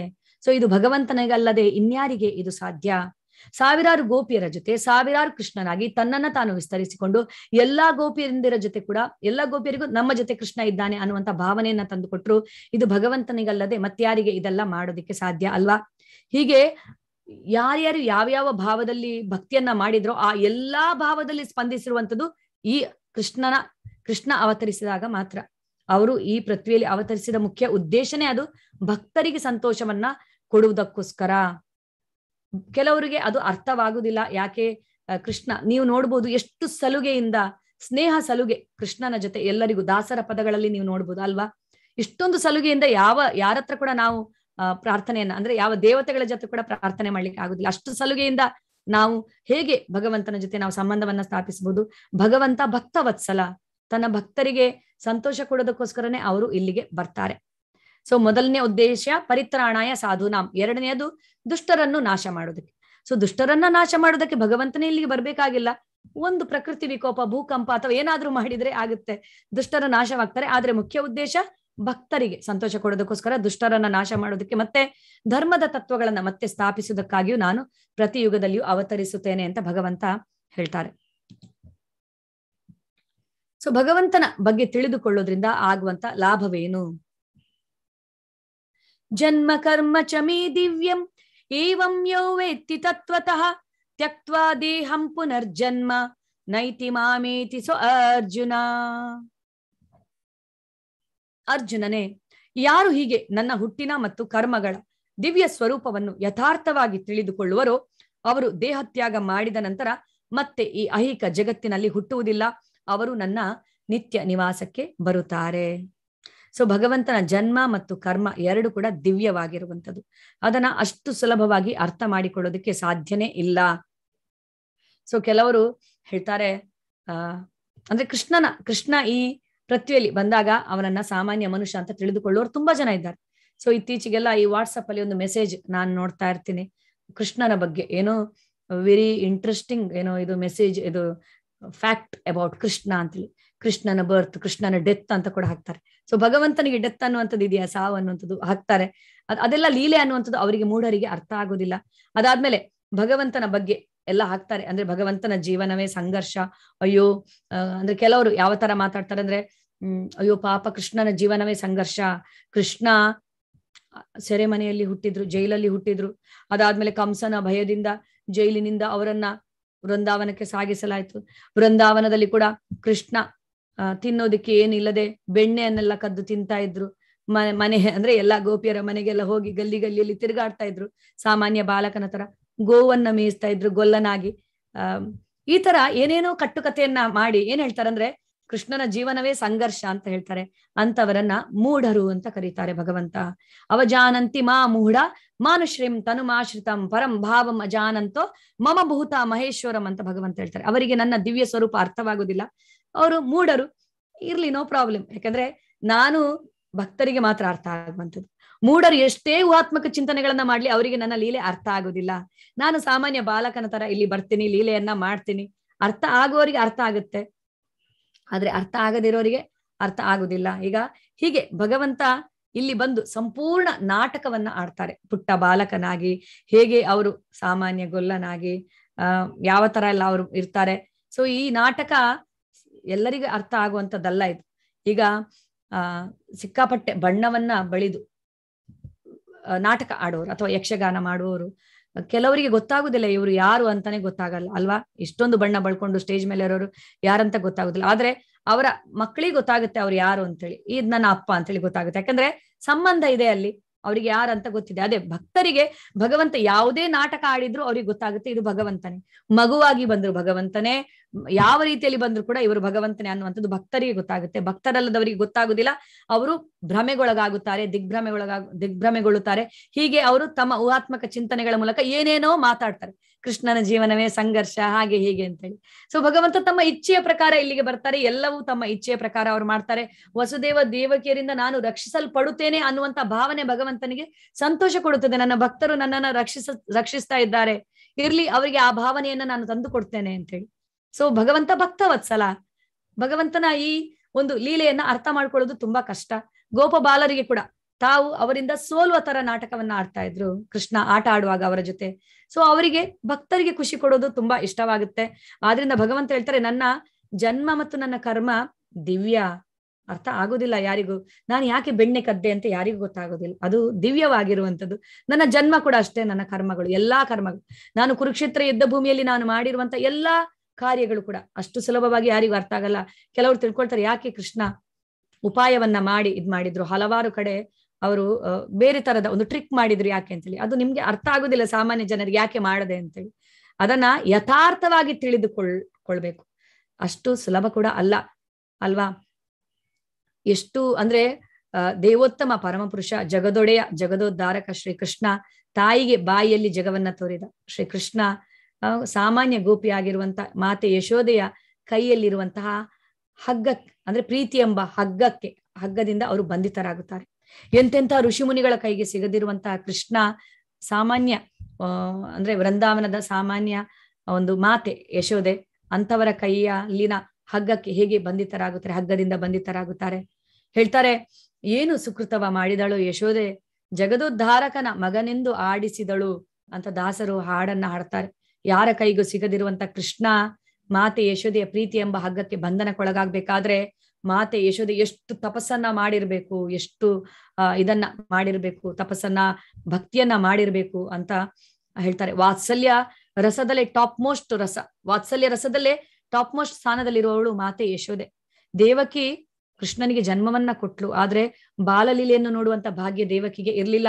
ಅವಳಿಗೆ ದೇವಕಿಗಿಂತ ಪುಣ್ಯವಂತಳು, ಭಾಗ್ಯವಂತಳು, ಅದೃಷ್ಟವಂತಳು ಯಶೋದೆ. ಯಾಕಂದ್ರೆ ದೇವೋತ್ತಮ ಪರಮಪುರುಷನ ಬಾಲಲೀಲೆಯನ್ನ ಅವಳು ಸವಿದಳು, ನೋಡಿದಳು, ಆಟ ಆಡಿಸಿದಳು ಕೃಷ್ಣನನ್ನ.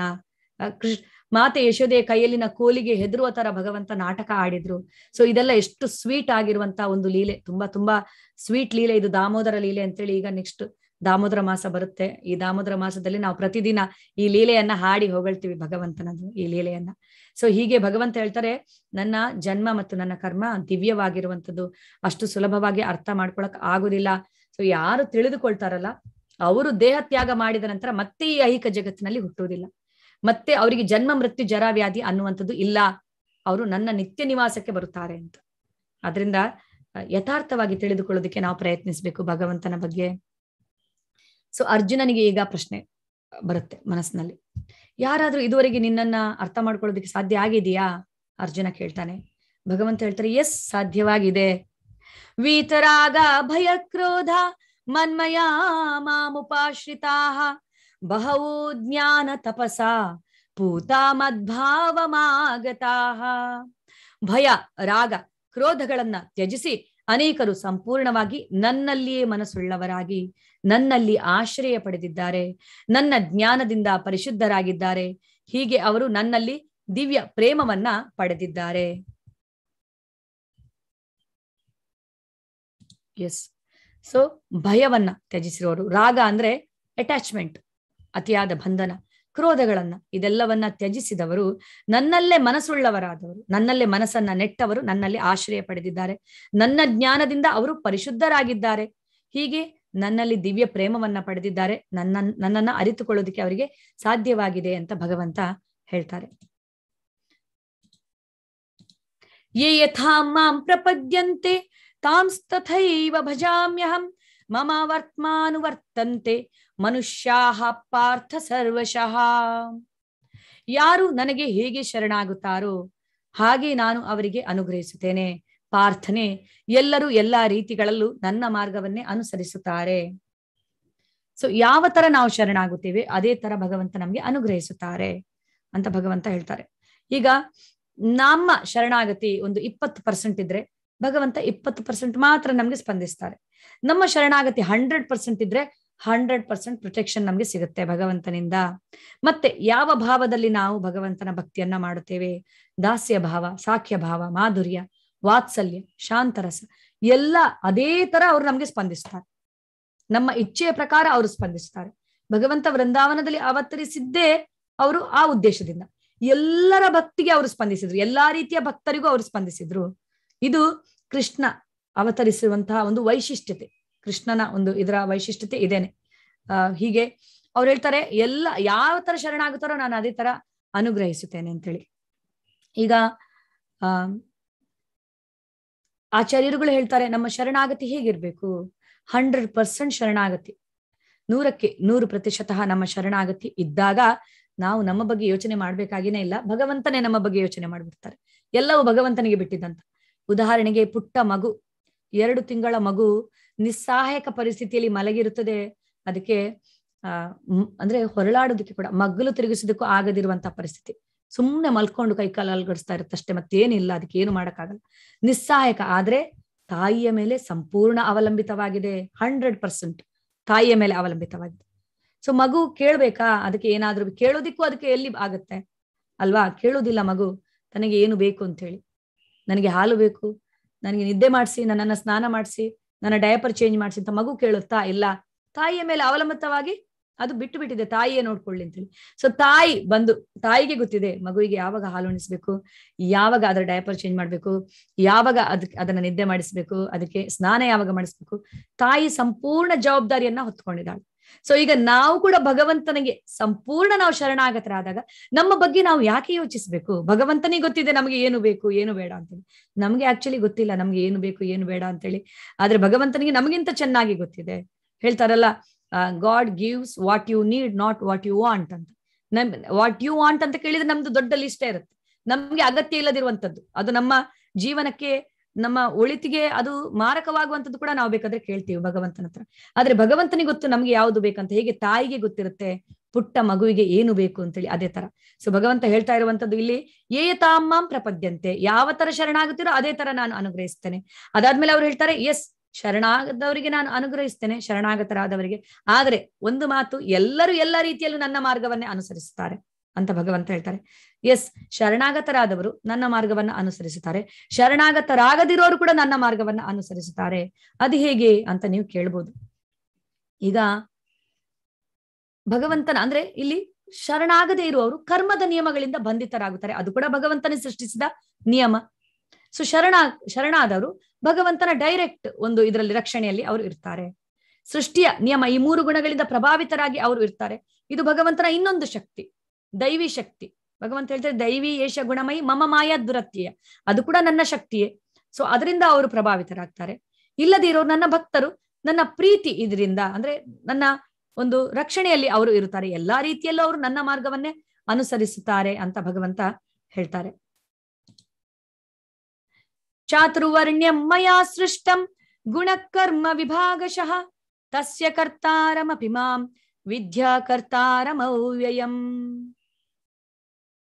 ಐಹಿಕ ನಿಸರ್ಗದ ಗುಣತ್ರಯಗಳಿಗೆ ಅನುಗುಣವಾಗಿ ಮತ್ತು ಅವುಗಳ ಕರ್ಮಗಳಿಗೆ ಅನುಸಾರವಾಗಿ ಮನುಷ್ಯ ಸಮಾಜದ 4 ವರ್ಣಗಳನ್ನ ನಾನು ಸೃಷ್ಟಿಸಿದೆ. ಈ ವ್ಯವಸ್ಥೆಯನ್ನು ನಾನು ಸೃಷ್ಟಿಸಿದ್ದರೂ ನಾನು ಬದಲಾವಣೆ ಇಲ್ಲದವನು, ಅವ್ಯಯನು. ಆದುದರಿಂದ ನಾನು ಕರ್ತಾರನಲ್ಲ ಎಂದು ತಿಳಿ. ಈ ಶ್ಲೋಕವನ್ನ ತುಂಬಾ ಜನ ತಪ್ಪಾಗಿ ಅರ್ಥ ಮಾಡ್ಕೊಳ್ತಾರೆ. ಯಾಕೆ ಭಗವದ್ಗೀತೆಯಲ್ಲಿ ಭಗವಂತ ಜಾತಿ ಬಗ್ಗೆ ಮಾತಾಡ್ತಾರೆ ಅಂತ ಕೆಲವರು ತಿಳ್ಕೊಳ್ತಾರೆ. ಆದ್ರೆ ಭಗವಂತ ಇಲ್ಲಿ ಜಾತಿ ಬಗ್ಗೆ ಏನು ಹೇಳ್ತಾ ಇಲ್ಲ, 4 ವರ್ಣಗಳ ಬಗ್ಗೆ ಹೇಳ್ತಾ ಇದ್ದಾರೆ. ವರ್ಣಾಶ್ರಮ ಧರ್ಮ ಯಾವುದು? 4 ವರ್ಣಗಳು, 4 ಆಶ್ರಮಗಳು: ಬ್ರಾಹ್ಮಣ, ಕ್ಷತ್ರಿಯ, ವೈಶ್ಯ, ಶೂದ್ರ, ಬ್ರಹ್ಮಚರ್ಯ, ಗೃಹಸ್ಥ, ವಾನಪ್ರಸ್ಥ, ಸನ್ಯಾಸ. ಇದಿಷ್ಟು ಸೇರಿ ವರ್ಣಾಶ್ರಮ ಧರ್ಮ. ಎಸ್, ಭಗವಂತ ಹೇಳ್ತಾರೆ ಇದನ್ನ ನಾನೇ ಸೃಷ್ಟಿಸಿದೆ ಅಂತೇಳಿ. ಅದರ ಅರ್ಥ ಭಗವಂತ ಇಲ್ಲಿ ಹೇಳ್ತಾ ಇರುವಂತದ್ದು ಚಾತುರ್ವರ್ಣ್ಯಂ, ಈ 4 ವರ್ಣಗಳನ್ನ ನಾನು ಸೃಷ್ಟಿಸಿದೆ. ಆದ್ರೆ ಹೇಗೆ ಸೃಷ್ಟಿಸಿದೆ? ಗುಣ ಕರ್ಮ ವಿಭಾಗಶಃ, ಹುಟ್ಟಿನಿಂದ ಅಲ್ಲ, ಗುಣ ಮತ್ತು ಕರ್ಮಗಳ ಅನುಸಾರವಾಗಿ ನಾನು ಅದನ್ನ ಸೃಷ್ಟಿಸಿದೆ. ಸೊ ಯಾರೇ ಆಗ್ಲಿ ಅವರು ಬ್ರಾಹ್ಮಣರ ತರ ನಡ್ಕೊಂಡ್ರೆ ಅವರು ಬ್ರಾಹ್ಮಣರಂತಾನೆ ತಿಳ್ಕೋಬೇಕು. ಅವರ ಗುಣದಲ್ಲಿ ಇದೆ, ಅವರ ಹುಟ್ಟಿನಿಂದ ಅಲ್ಲ. ಅವರು ಬ್ರಾಹ್ಮಣನಾಗಿ ಹುಟ್ಟಿ ಬ್ರಾಹ್ಮಣರ ತರ ನಡ್ಕೊಳ್ಳಿಲ್ಲ ಅಂದ್ರೆ ಅವರನ್ನ ಬ್ರಾಹ್ಮಣ ಅಂತ ಹೇಳಲಿಕ್ಕೆ ಆಗುದಿಲ್ಲ. ಅದರ ಬದಲಿಗೆ ಒಬ್ಬ ಬ್ರಾಹ್ಮಣನಲ್ಲದ ಕುಲದಲ್ಲಿ ಹುಟ್ಟಿ ಬ್ರಾಹ್ಮಣನ ತರ ಅವನು ನಡೆದುಕೊಂಡ್ರೆ, ಭಕ್ತಿಯನ್ನ ಮಾಡಿ ಯಾವ ತರ ಅವನು ನಡೆದುಕೊಂಡ್ರೆ ಅವನನ್ನ ಬ್ರಾಹ್ಮಣ ಅಂತ ಹೇಳ್ಬೋದು. ಇದೆಲ್ಲವೂ ಗುಣ ಕರ್ಮಗಳಿಗೆ ಅನುಗುಣವಾಗಿ ಅಂತ, ಐಹಿಕ ನಿಸರ್ಗದ ಗುಣತ್ರಯಗಳಿಗೆ ಅನುಗುಣವಾಗಿ ಮತ್ತು ಅವುಗಳ ಕರ್ಮಗಳಿಗೆ ಅನುಸಾರವಾಗಿ ಮನುಷ್ಯ ಸಮಾಜದ 4 ವರ್ಣಗಳನ್ನ ನಾನು ಸೃಷ್ಟಿಸಿದೆ ಅಂತ ಭಗವಂತ ಹೇಳ್ತಾರೆ. ಈಗ ಈ 4 ಕೆಟಗರಿ, ಈಗ 4 ಇಲ್ಲಿ ವರ್ಗಗಳು, ಈಗ 4 ವರ್ಗಗಳು ಕೂಡ ತುಂಬಾನೇ ಮುಖ್ಯವಾಗಿರುವಂತದ್ದು. ಬ್ರಾಹ್ಮಣ ಅಂದ್ರೆ ಒಂದು ಇಂಟೆಲೆಕ್ಚುಯಲ್ ಕೆಟಗರಿ. ಬ್ರಾಹ್ಮಣ ಅನ್ನುವಂಥದ್ದು ವೇದಗಳನ್ನೆಲ್ಲ ಓದಿ ಅವರು ಈ 3 ವರ್ಗದ ಜನರಿಗೆ ಅವರು ಸಹಾಯ ಮಾಡ್ಬೇಕಂತ ಇರುವಂತದ್ದು. 2ನೇ ವರ್ಗ ಕ್ಷತ್ರಿಯ ವರ್ಗ, ಅಡ್ಮಿನಿಸ್ಟ್ರೇಟಿವ್ ಕೆಟಗರಿ. 3ನೇ ವರ್ಗ ಇದು ವ್ಯಾಪಾರ ವ್ಯವಹಾರ ಮಾಡುವಂತ ಬಿಸ್ನೆಸ್ ಕೆಟಗರಿ, ವೈಶ್ಯ. 4ನೇ ವರ್ಗ ಶ್ರಮ ಮತ್ತು ಸೇವೆಯನ್ನು ಮಾಡುವಂತ ಲೇಬರ್ ಕೆಟಗರಿ. ಸೊ ಈಗ 4 ವರ್ಗದ ಜನರು ಕೂಡ ಸಮಾಜಕ್ಕೆ ತುಂಬಾ ಮುಖ್ಯ. ಸಮಾಜ ಸುಸ್ಥಿತಿಯಲ್ಲಿ ಸುವ್ಯವಸ್ಥೆಯಿಂದ ನಡೀಬೇಕಂತಿದ್ರೆ 4 ವರ್ಗದ ಜನರು ಕೂಡ ಬೇಕು. ಭಗವಂತನನ್ನ ಕೇಂದ್ರದಲ್ಲಿ ಇಟ್ಟುಕೊಂಡು 4 ವರ್ಗದ ಜನರು ತಮ್ಮ ತಮ್ಮ ಕಾರ್ಯವನ್ನು ಮಾಡುತ್ತಾ ಪರಸ್ಪರ ಸಹಕಾರವನ್ನ ಕೊಟ್ರೆ ಎಲ್ಲರ ಆಧ್ಯಾತ್ಮಿಕ ಉನ್ನತಿ ಕೂಡ ಆಗುತ್ತದೆ. ಈ 4 ವರ್ಗ ನಮ್ಮ ಸಮಾಜದಲ್ಲಿ ಮಾತ್ರ ಅಲ್ಲ, ಎಲ್ಲಾ ಸಮಾಜದಲ್ಲೂ ನಿಮ್ಗೆ ಕಾಣ್ಲಿಕ್ಕೆ ಸಿಗುತ್ತದೆ. ಅಮೆರಿಕ ಆಗ್ಲಿ, ಯುರೋಪಿಯನ್ ಕಂಟ್ರೀಸ್ ಆಗ್ಲಿ, ಆಸ್ಟ್ರೇಲಿಯಾ ಆಗ್ಲಿ, ಎಲ್ಲಾ ಕಡೆ 4 ಸೋಷಿಯಲ್ ಆರ್ಡರ್ಸ್ ಅಂತ ಹೇಳ್ತಾರೆ. 4 ಕೆಟಗರೀಸ್ ಆಫ್ ಸೋಷಿಯಲ್ ಆರ್ಡರ್ಸ್ ಅಂತ. 1 is advisory committee, intellectual category. Second one is administrative. So ಇವರಲ್ಲಿ ಲೀಡರ್ಶಿಪ್ ಕ್ವಾಲಿಟಿ ಜಾಸ್ತಿ ಇರುತ್ತೆ. ಕ್ಷತ್ರಿಯ ಅನಿಸಿಕೊಂಡವರಲ್ಲಿ ಅವರು ನಾಯಕರಾಗೋದಿಕ್ಕೆ ತುಂಬಾ ಅಂದ್ರೆ ಆ ಒಂದು ಇದು ಸರಿ ಹೊಂದುತ್ತಾರೆ. ಅದಾದ್ಮೇಲೆ ಇನ್ನು ವ್ಯಾಪಾರ ವ್ಯವಹಾರ ಮಾಡುವಂತವ್ರು, ಬಿಸ್ನೆಸ್ ಕೆಟಗರಿ. ಇವರು ದೇಶದ ಒಂದು ಆರ್ಥಿಕ ಬೆನ್ನೆಲುಬು ಆಗಿರುತ್ತಾರೆ, ಬಿಸ್ನೆಸ್ ಮಾಡುವವರು. ಇನ್ನು ಶ್ರಮ ಮತ್ತು ಸೇವೆ ಮಾಡುವವರು ಕೂಡ. ಸೊ ಈಗ ಎಲ್ಲರೂ ಎಲ್ಲ ಕೆಲಸವನ್ನ ಮಾಡ್ಲಿಕ್ಕೆ ಆಗುದಿಲ್ಲ. ಈ ಪ್ರಪಂಚವೇ ಅಸಮಾನತೆಯಿಂದ ಕೂಡಿದೆ, ನಮ್ಗೆಲ್ರಿಗೂ ಗೊತ್ತಿದೆ. ಅಸಮಾನತೆಯಿಂದನೇ ಪ್ರಪಂಚ ಸೃಷ್ಟಿಯಾಗಿದೆ. ಎಲ್ಲರೂ ಸಮಾನರಲ್ಲ, ಯುನಿಕ್ ಆಗಿ ಇರುವಂತವ್ರು. ಪ್ರತಿಯೊಬ್ಬರಿಗೂ ತಮ್ಮ ತಮ್ಮ ಪ್ರತ್ಯೇಕತೆಯನ್ನ ಅವರು ಕಾಯ್ದುಕೊಳ್ಬಹುದು. ಈ 4 ವರ್ಗಗಳಲ್ಲಿ ಯಾರಿಗೆ ಯಾವುದು ಸರಿ ಹೊಂದುತ್ತಾ ಆ ವರ್ಗಕ್ಕೆ ಅವರು ಹೋಗ್ಬಹುದು, ಸೇರ್ಕೊಳ್ಬಹುದು. ಇಂಥವ್ರು ಹೀಗೆ ಇರ್ಬೇಕಂತ ಇಲ್ಲ, ಆದ್ರೆ ಅವರವರ ಗುಣ ಮತ್ತು ಕರ್ಮಗಳಿಗೆ ಅನುಸಾರವಾಗಿ. ಅಸಮಾನತೆ ಅನ್ನುವಂಥದ್ದು, ಈ ಪ್ರಪಂಚವೇ ಅಸಮಾನತೆಯಿಂದ ಸೃಷ್ಟಿಯಾಗಿದೆ ನಿಜ. ಯಾಕೆಂದ್ರೆ ನಾವೆಲ್ಲ ನಮ್ಮ ಕರ್ಮಗಳ ಪ್ರಕಾರ ಇಲ್ಲಿ ಜನ್ಮವನ್ನ ಪಡೆಯುತ್ತೇವೆ. ಕಷ್ಟಗಳು, ನಷ್ಟಗಳು, ದುಃಖ, ಸಂತೋಷ, ಎಲ್ಲವೂ ಎಲ್ಲರಿಗೂ ಒಂದೇ ಸಮಾನವಾಗಿ ಇರುವುದಿಲ್ಲ. ಈಗ ಟೀಚರ್ ಕ್ಲಾಸಲ್ಲಿ 50 ಜನ ಮಕ್ಕಳಿಗೆ ಒಂದೇ ತರ ಪಾಠ ಮಾಡ್ತಾರೆ, ಎಲ್ಲವೂ ಒಂದೇ ತರ ಅವರಿಗೆ ನಡೀತದೆ. ಆದ್ರೂ ಕೂಡ ಎಕ್ಸಾಮ್ ಅಲ್ಲಿ ಎಲ್ಲರೂ ಟಾಪರ್ಸ್ ಆಗಲ್ಲ ಅಲ್ವಾ, ಕೆಲವರು ಮಾತ್ರ. ಯಾಕೆ?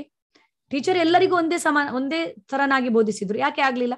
ಅವರವರ ಸಾಮರ್ಥ್ಯ, ಅವರವರ ಒಂದು ಎಬಿಲಿಟಿ ಎಷ್ಟಿದೆ, ಪ್ರತಿಯೊಬ್ಬರು ಯುನಿಕ್ ಆಗಿದ್ದಾರೆ.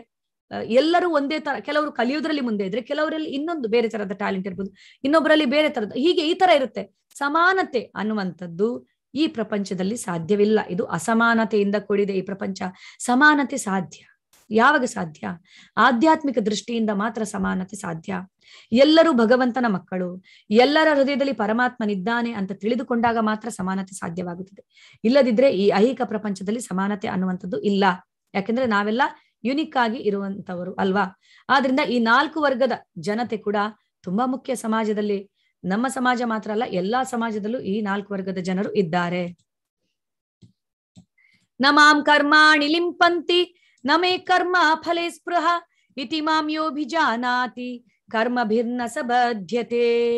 ಯಾವ ಕರ್ಮವು ನನ್ನನ್ನು ಅಂಟುವುದಿಲ್ಲ, ನಾನು ಯಾವುದೇ ಕರ್ಮ ಫಲವನ್ನ ಬಯಸುವುದಿಲ್ಲ. ನನ್ನ ವಿಷಯದಲ್ಲಿ ಈ ಸತ್ಯವನ್ನು ಯಾರು ಅರ್ಥ ಮಾಡಿಕೊಳ್ಳುವರು ಅವರಿಗೂ ಫಲಾಪೇಕ್ಷೆಯ ಕರ್ಮ ಬಂಧನವಿಲ್ಲ.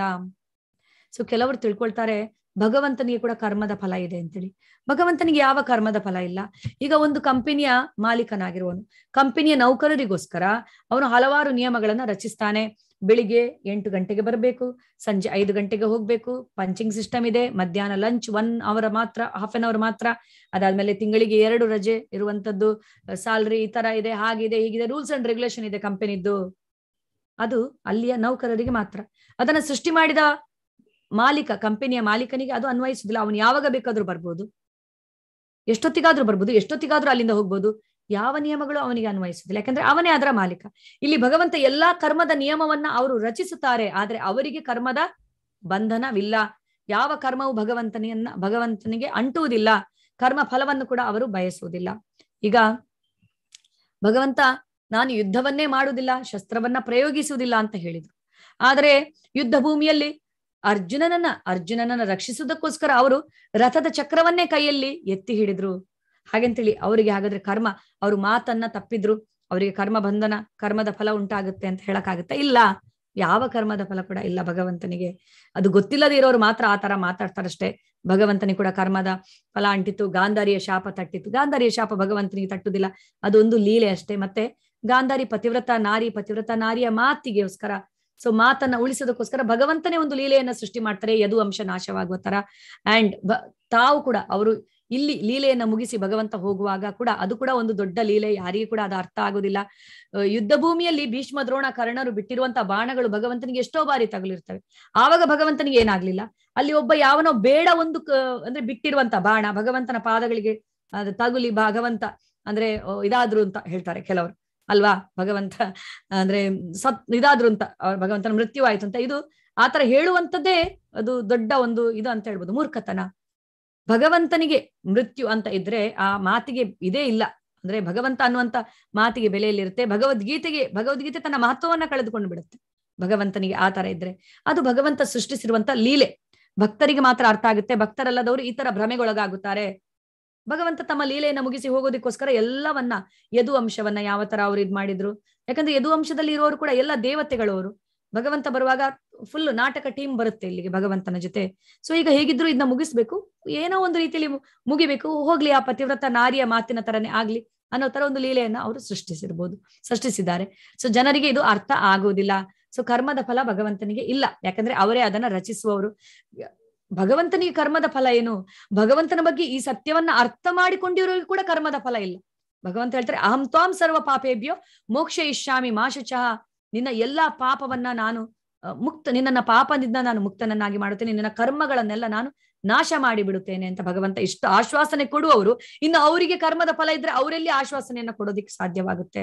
ಭಗವದ್ಗೀತೆಯ ಸಂದೇಶವನ್ನ ಸರಿಯಾಗಿ ಅರ್ಥ ಮಾಡ್ಕೊಂಡವರು ಇದನ್ನ ಅರ್ಥ ಮಾಡ್ಕೊಳ್ತಾರೆ, ಭಗವಂತನಿಗೆ ಯಾವ ಕರ್ಮದ ಫಲ ಇಲ್ಲ ಅನ್ನೋದನ್ನ.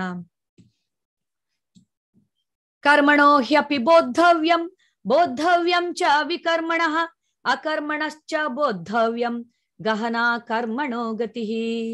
ಕರ್ಮದ ಜಟಿಲತೆಗಳನ್ನು ಅರ್ಥ ಮಾಡಿಕೊಳ್ಳುವುದು ಬಹಳ ಕಷ್ಟ. ಆದುದರಿಂದ ಮನುಷ್ಯನು ಕರ್ಮವು ಯಾವುದು, ವಿಕರ್ಮವು ಯಾವುದು, ಅಕರ್ಮವು ಯಾವುದು ಎನ್ನುವುದನ್ನು ಸರಿಯಾಗಿ ತಿಳಿದುಕೊಳ್ಳಬೇಕು. ಸೊ ಈಗ ಯಾವುದೇ ಕರ್ಮವನ್ನ ನಾವು ಮಾಡಿದ್ರೆ ಕೂಡ ಅದಕ್ಕೆ ಪ್ರತಿಕ್ರಿಯೆ ಇದ್ದೇ ಇರುತ್ತೆ ಅಲ್ವಾ. ಹರೇ ಕೃಷ್ಣ. ನಾನಿನ್ನೊಂದು 5 minutes ಅಲ್ಲಿ ನಾನು ಮುಗಿಸಲಿದ್ದೇನೆ, ದಯವಿಟ್ಟು ಮೀಟಿಂಗ್ ನಲ್ಲಿ ಇರಿ. ಎಸ್, ಈಗ ಕ್ರಿಯೆಗೆ ಪ್ರತಿಕ್ರಿಯೆ ಇಲ್ಲದಿರುವಂತ ಕ್ರಿಯೆ ಯಾವುದೂ ಇಲ್ಲ. ಈ ಪ್ರಕೃತಿಯ ನಿಯಮ ಕೂಡ ಅದೇ ತರ ಕಾರ್ಯ ಮಾಡುತ್ತೆ. ನೀವು ಏನೇ ಒಂದು ಕಾರ್ಯವನ್ನ ಕೆಲಸವನ್ನ ಮಾಡಿ ಅದಕ್ಕೆ ಪ್ರತಿಕ್ರಿಯೆ ಇದ್ದೇ ಇರುತ್ತೆ. ಇದು ಪ್ರಕೃತಿಯ ನಿಯಮ. ಆದ್ರಿಂದ ಅದರ ಜಟಿಲತೆಯನ್ನ ಹೇಗೆ ಅರ್ಥ ಮಾಡ್ಕೊಳ್ಳುವಂಥದ್ದು, ನಾವೊಂದು ಕರ್ಮವನ್ನ ಮಾಡ್ತೀವಿ, ಆ ಕರ್ಮದ ಫಲ ನಮ್ಗೆ ಯಾವಾಗ ಸಿಗುತ್ತೆ, ಒಂದು ಜನ್ಮವೇ ಹಿಡಿಬಹುದು, 2 ಜನ್ಮವೇ ಹಿಡಿಬಹುದು, ಎಷ್ಟೋ ಜನ್ಮಗಳ ನಂತರ ನಮ್ಗೆ ಸಿಗ್ಬೋದು, ಗೊತ್ತಿಲ್ಲ ಯಾವಾಗ ಸಿಗುತ್ತೆ ಅಂತೇಳಿ. ಒಳ್ಳೆ ಕರ್ಮ, ಕೆಟ್ಟ ಕರ್ಮ, ಒಳ್ಳೆ ಕರ್ಮಕ್ಕೆ ಒಳ್ಳೆ ಫಲ, ಕೆಟ್ಟ ಕರ್ಮಕ್ಕೆ ಕೆಟ್ಟ ಫಲ. ಕೆಲವು ಸತಿ ಒಳ್ಳೇದು ಮಾಡಕ್ ಹೋದ್ರೂ ಕೆಟ್ಟದಾಗುವಂಥದ್ದು. ಈ ತರ ಕರ್ಮದ ಜಟಿಲತೆಯನ್ನ ಅರ್ಥ ಮಾಡಿಕೊಳ್ಳುವಂಥದ್ದು ಕಷ್ಟ. ಯಾವ ತರ ಕರ್ಮವನ್ನ ನಾವು ಮಾಡ್ಬೇಕು. ಸೊ ಆದ್ರಿಂದ ಮನುಷ್ಯನು ಕರ್ಮ ಯಾವುದು ಅಂತ ತಿಳಿದುಕೊಳ್ಬೇಕು. ಈಗ ಕರ್ಮಕ್ಕೆ 3 ಅರ್ಥ ಇದೆ. ಒಂದು ಕರ್ಮ ಅಂದ್ರೆ ನಾವು ಪ್ರತಿನಿತ್ಯ ಮಾಡುವಂತ ಕೆಲಸವನ್ನು ಕೂಡ ಕರ್ಮ ಅಂತ ಹೇಳಲಾಗುತ್ತೆ. ಇನ್ನೊಂದು ನಮ್ಮ ನಿಗದಿತ ಕರ್ತವ್ಯವನ್ನು ಕೂಡ ಕರ್ಮ ಅಂತ ಹೇಳಲಾಗುತ್ತೆ, ಪ್ರಿಸ್ಕ್ರೈಬ್ಡ್ ಡ್ಯೂಟೀಸ್ ಅಂತ. ಇನ್ನೊಂದು ಕರ್ಮದ ಫಲಕ್ಕೆ ಕೂಡ ಕರ್ಮ ಅಂತ ಹೇಳ್ತಾರೆ. ಅಯ್ಯೋ ನನ್ನ ಕರ್ಮ ಅಂತ ಹೇಳ್ತೀವಿ ನಾವಲ್ವಾ, ಈ ಕರ್ಮದ ಫಲ ಇದು ಅಂತ ಹೇಳಿ ಆ ತರ. ಸೊ ಈಗ 3 ತರ ಇದೆ ಕರ್ಮದ ಅರ್ಥ. ಆದ್ರಿಂದ ಕರ್ಮವು ಯಾವುದು, ಕರ್ಮ ಯಾವುದು, ನಾವು ಮಾಡ್ತಾ ಇರುವಂತ ಕೆಲಸಗಳು, ದಿನನಿತ್ಯ ನಾವು ಮಾಡ್ತಾ ಇರುವಂತ ಕೆಲಸಗಳು, ಇದು ಬಂಧನವನ್ನ ಸೃಷ್ಟಿ ಮಾಡುತ್ತೆ. ಎಲ್ಲಾ ಕೆಲಸಗಳು ಬಂಧನವನ್ನ ಸೃಷ್ಟಿ ಮಾಡುತ್ತದೆ ನಮ್ಗೆ. ವಿಕರ್ಮ ಯಾವುದು ಅಂದ್ರೆ ಬಂಧನ ಹೇಗೆ ಸೃಷ್ಟಿ ಮಾಡುತ್ತೆ, ನಾವು ಮತ್ತೆ ಮತ್ತೆ ಈ ಐಹಿಕ ಪ್ರಪಂಚದಲ್ಲಿ ಬರುವ ತರ ಮಾಡುತ್ತೆ. ಜನ್ಮ, ಮೃತ್ಯು, ಜರಾ, ವ್ಯಾಧಿ. ಒಳ್ಳೇದು ಮಾಡಿದ್ರು ಆ ಒಳ್ಳೇದನ್ನ ತೆಗೆದುಕೊಳ್ಳೋದಕ್ಕೋಸ್ಕರ ಮತ್ತೆ ನಾನು ಇಲ್ಲಿಗೆ ಬರ್ಲೇಬೇಕು. ಸೊ ಆ ಚಕ್ರದಲ್ಲಿ ತಿರುಗೋ ತರ ಮಾಡುತ್ತೆ. ಇನ್ನು ವಿಕರ್ಮ ಯಾವುದು, ವಿಕರ್ಮ ಅಂದ್ರೆ ನಿಷಿದ್ಧ ಕರ್ಮ, ಒಂದು ಸೃಷ್ಟಿಯ ವಿರುದ್ಧ ಹೋಗುವಂಥದ್ದು, ಅಥವಾ ಅಂದ್ರೆ ಅದಕ್ಕೆ ಒಂದು ಪ್ರಕೃತಿಗೆ ಹಾನಿ ಮಾಡುವಂತ ಕೆಲಸ, ಬೇರೆಯವರಿಗೆ ತೊಂದರೆ ಮಾಡುವಂತ ಕೆಲಸ, ಕೊಲೆ ಮಾಡುವಂಥದ್ದು, ಈ ತರದ್ದು ಅಂದ್ರೆ ಬೇರೆಯವರಿಗೆ ತೊಂದರೆ ಕೊಡುವಂಥದ್ದು, ಇದೆಲ್ಲ ನಿಷಿದ್ಧ ಕರ್ಮ. ಇದು ನರಕಕ್ಕೆ, ಅವರಿಗೆ ನರಕ ಪ್ರಾಪ್ತಿ ಕೂಡ ಆಗ್ಬೋದು ಇದರಿಂದ, ಈ ತರ ಮಾಡೋದ್ರಿಂದ ವಿಕರ್ಮ. ಇನ್ನೊಂದು ಅಕರ್ಮ. ಸೊ ಭಗವಂತ ಹೇಳ್ತಾರೆ, ಕರ್ಮವನ್ನ ಮಾಡು, ಅದರ ಪ್ರತಿಫಲ ಇಲ್ಲದ ಹಾಗೆ ಮಾಡು, ಅದಕ್ಕೆ ಯಾವುದೇ ಪ್ರತಿಕ್ರಿಯೆ ಇಲ್ಲದಿರೋ ತರ ಮಾಡು ಅಂತ ಹೇಳಿ. ಸೊ ನ್ಯೂಟನ್ನ ನಿಯಮ ಕರ್ಮಕ್ಕೆ ಅಂದ್ರೆ ಯಾವುದೇ ಒಂದು ಕಾರ್ಯಕ್ಕೆ ಅದಕ್ಕೆ ಒಂದು ಸಮಾನವಾದ ಮತ್ತು ವಿರುದ್ಧವಾದ ಪ್ರತಿಕ್ರಿಯೆ ಇದ್ದೇ ಇರುತ್ತೆ ಅಂತ ನ್ಯೂಟನ್ನ ನಿಯಮ ಹೇಳುತ್ತೆ. ಭಗವಂತ ಹೇಳ್ತಾರೆ ನ್ಯೂಟನ್ನ ನಿಯಮ ಕೂಡ ಸುಳ್ಳು ಮಾಡಬಹುದು ಅಂತ. ಸೊ ಭಗವಂತ ನ್ಯೂಟನ್ನ ನಿಯಮ ಅಂತ ಹೇಳಲ್ಲ, ಭಗವಂತ ಹೇಳ್ತಾರೆ ಕರ್ಮಕ್ಕೆ ಪ್ರತಿಕ್ರಿಯೆ ಇಲ್ಲದಿರೋ ತರ ಮಾಡ್ಬೋದು ಅಂತ ಹೇಳಿ. ಹೇಗೆ ಕರ್ಮಕ್ಕೆ ಪ್ರತಿಕ್ರಿಯೆ ಇಲ್ಲದಿರೋ ತರ ಮಾಡುವಂಥದ್ದು, ಭಗವಂತನಿಗೆ ಅರ್ಪಿಸಿ ಮಾಡು. ಯಾವುದೇ ಕರ್ಮವನ್ನ ಭಗವಂತನ ಸ್ಮರಣೆಯೊಂದಿಗೆ ಮಾಡು, ಆವಾಗ ಅದು ಅಕರ್ಮವಾಗುತ್ತದೆ. ಆ ಕರ್ಮಕ್ಕೆ ಯಾವ ಫಲ ಇಲ್ಲ. ಆದ್ರಿಂದ ಈ ಐಹಿಕ ಪ್ರಪಂಚದಲ್ಲಿ ನಾವು ಕೆಲಸ ಮಾಡ್ತಾ ಇರುವಾಗ ನಮ್ಗೆ ಗೊತ್ತಿಲ್ಲ ಯಾವ ತರ ಕರ್ಮದ ಫಲ ನಮ್ಗೆ ಉಂಟಾಗುತ್ತೆ ಅಂತೇಳಿ. ಆದ್ರಿಂದ ಬುದ್ಧಿವಂತನಾದವನು ಅಕರ್ಮ ಮಾಡುತ್ತಾನೆ.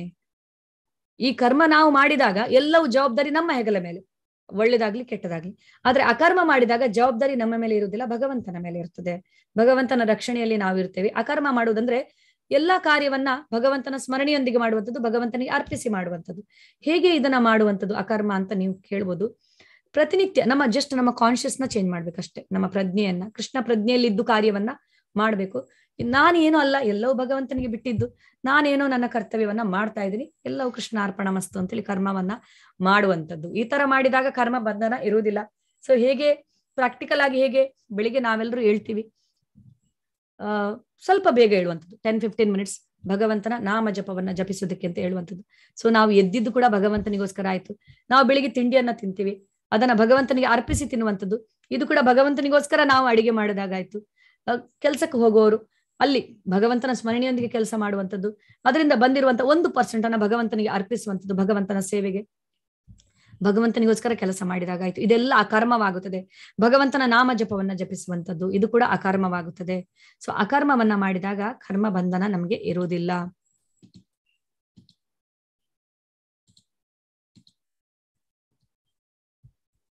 ಎಸ್. ಸೊ ಈಗ ಹೇಗೆ ಇದು ಅಂತೇಳಿ ನಾವು ಉದಾಹರಣೆಯ ಮೂಲಕ ತಿಳಿದುಕೊಳ್ಳೋಣ. ಈಗ ಕ್ಯಾಶಿಯರ್, ಬ್ಯಾಂಕಲ್ಲಿ ಕ್ಯಾಶಿಯರ್ ಇರ್ತಾನೆ, ಅವನು ಕ್ಯಾಶ್ ಕಲೆಕ್ಟ್ ಮಾಡ್ತಾ ಇರ್ತಾನೆ. ಇಲ್ಲಿ ಅವನು ಕೆಲಸ ಮಾಡೋದು ಕ್ಯಾಶ್ ಯಾರಿಗೋಸ್ಕರ ಅವನು ಕಲೆಕ್ಟ್ ಮಾಡ್ತಾ ಇರುವಂತದ್ದು, ಕಂಪನಿಗೋಸ್ಕರ, ಬ್ಯಾಂಕಿಗೋಸ್ಕರ ಕಲೆಕ್ಟ್ ಮಾಡ್ತಾ ಇರ್ತಾನೆ. ಆದ್ರೆ ಅವನ ಮನಸ್ಸಿನಲ್ಲಿ ಒಂದು ಸರ್ತಿ ಯೋಚನೆ ಬಂದ್ರೆ, ಇಷ್ಟೆಲ್ಲ ಕ್ಯಾಶ್ ಕಲೆಕ್ಟ್ ಮಾಡ್ತೀನಿ, ನನ್ಗಂತೂ ಸಿಗುದಿಲ್ಲ ಇದು, ನಾನು ಇದನ್ನೆಲ್ಲ ಕದ್ಕೊಂಡ್ ಬಿಡ್ತೀನಿ ಅಂತ ಹೋದಾಗ ಏನಾಗುತ್ತೆ, ಅವನನ್ನ ಅರೆಸ್ಟ್ ಮಾಡ್ತಾರೆ. ಅವನು ಎಲ್ಲಿಯವರೆಗೆ ಬ್ಯಾಂಕಿಗೋಸ್ಕರ ಕೆಲಸ ಮಾಡ್ತಾ ಇದ್ನ ಅಲ್ಲಿಯವರೆಗೆ ಅವನು ಸೇಫ್ ಆಗಿರ್ತಾನೆ. ತನಗೋಸ್ಕರ ಅವನು ಆ ದುಡ್ಡನ್ನ ಇಟ್ಕೊಳ್ಳುವಾಗ ಅವನು ಅದರ ಬಂಧನಕ್ಕೆ ಒಳಗಾಗುತ್ತಾನೆ.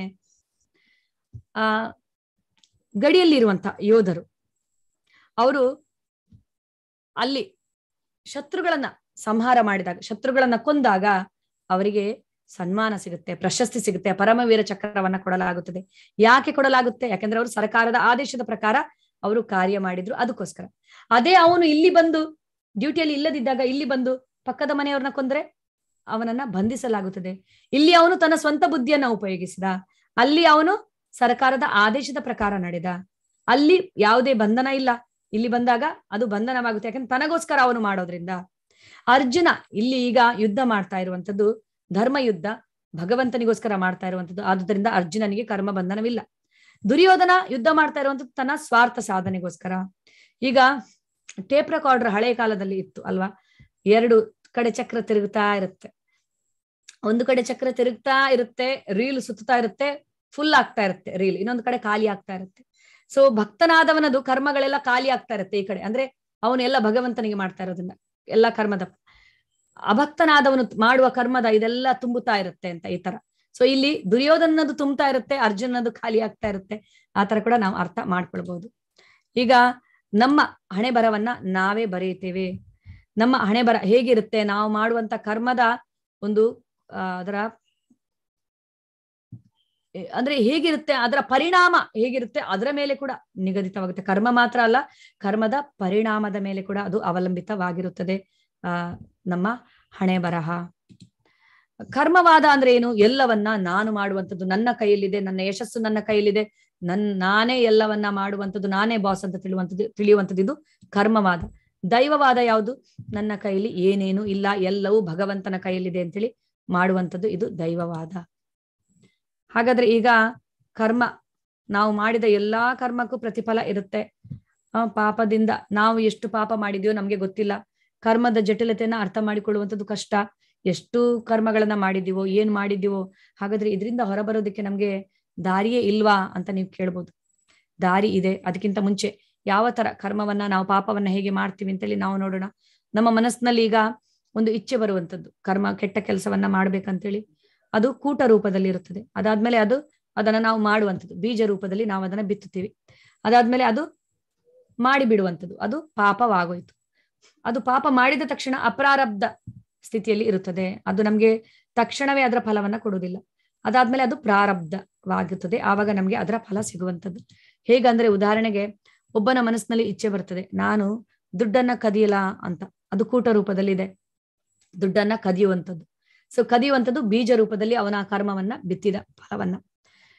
ಅದನ್ನ ಈಗ ಅವನು ಕದ್ದು ಓಡಿ ಹೋಗುವಂಥದ್ದು, ನಾನು ಇದನ್ನ ಎಂಜಾಯ್ ಮಾಡ್ತೀನಿ ಅಂತೇಳಿ ಅಪ್ರಾರಬ್ಧ ರೂಪದಲ್ಲಿದೆ. ಅದು ಇದೆ, ಆ ಕರ್ಮದ ಫಲ ಇದೆ, ಬಟ್ ಅದು ಅಪ್ರಾರಬ್ಧ ರೂಪ, ಇನ್ನು ಫಲ ಕೊಡ್ಲಿಕ್ಕೆ ಪ್ರಾರಂಭಿಸ್ಲಿಲ್ಲ. ಅದಾದ್ಮೇಲೆ ಅದು ಫಲ ಕೊಡ್ಲಿಕ್ಕೆ ಪ್ರಾರಂಭಿಸಿದ್ದು ಪ್ರಾರಬ್ಧ. ಪ್ರಾರಬ್ಧ ಅಂದ್ರೆ ಅನುಭವಿಸ್ತಾ ಇರುವಂಥದ್ದು ಪ್ರಾರಬ್ಧ.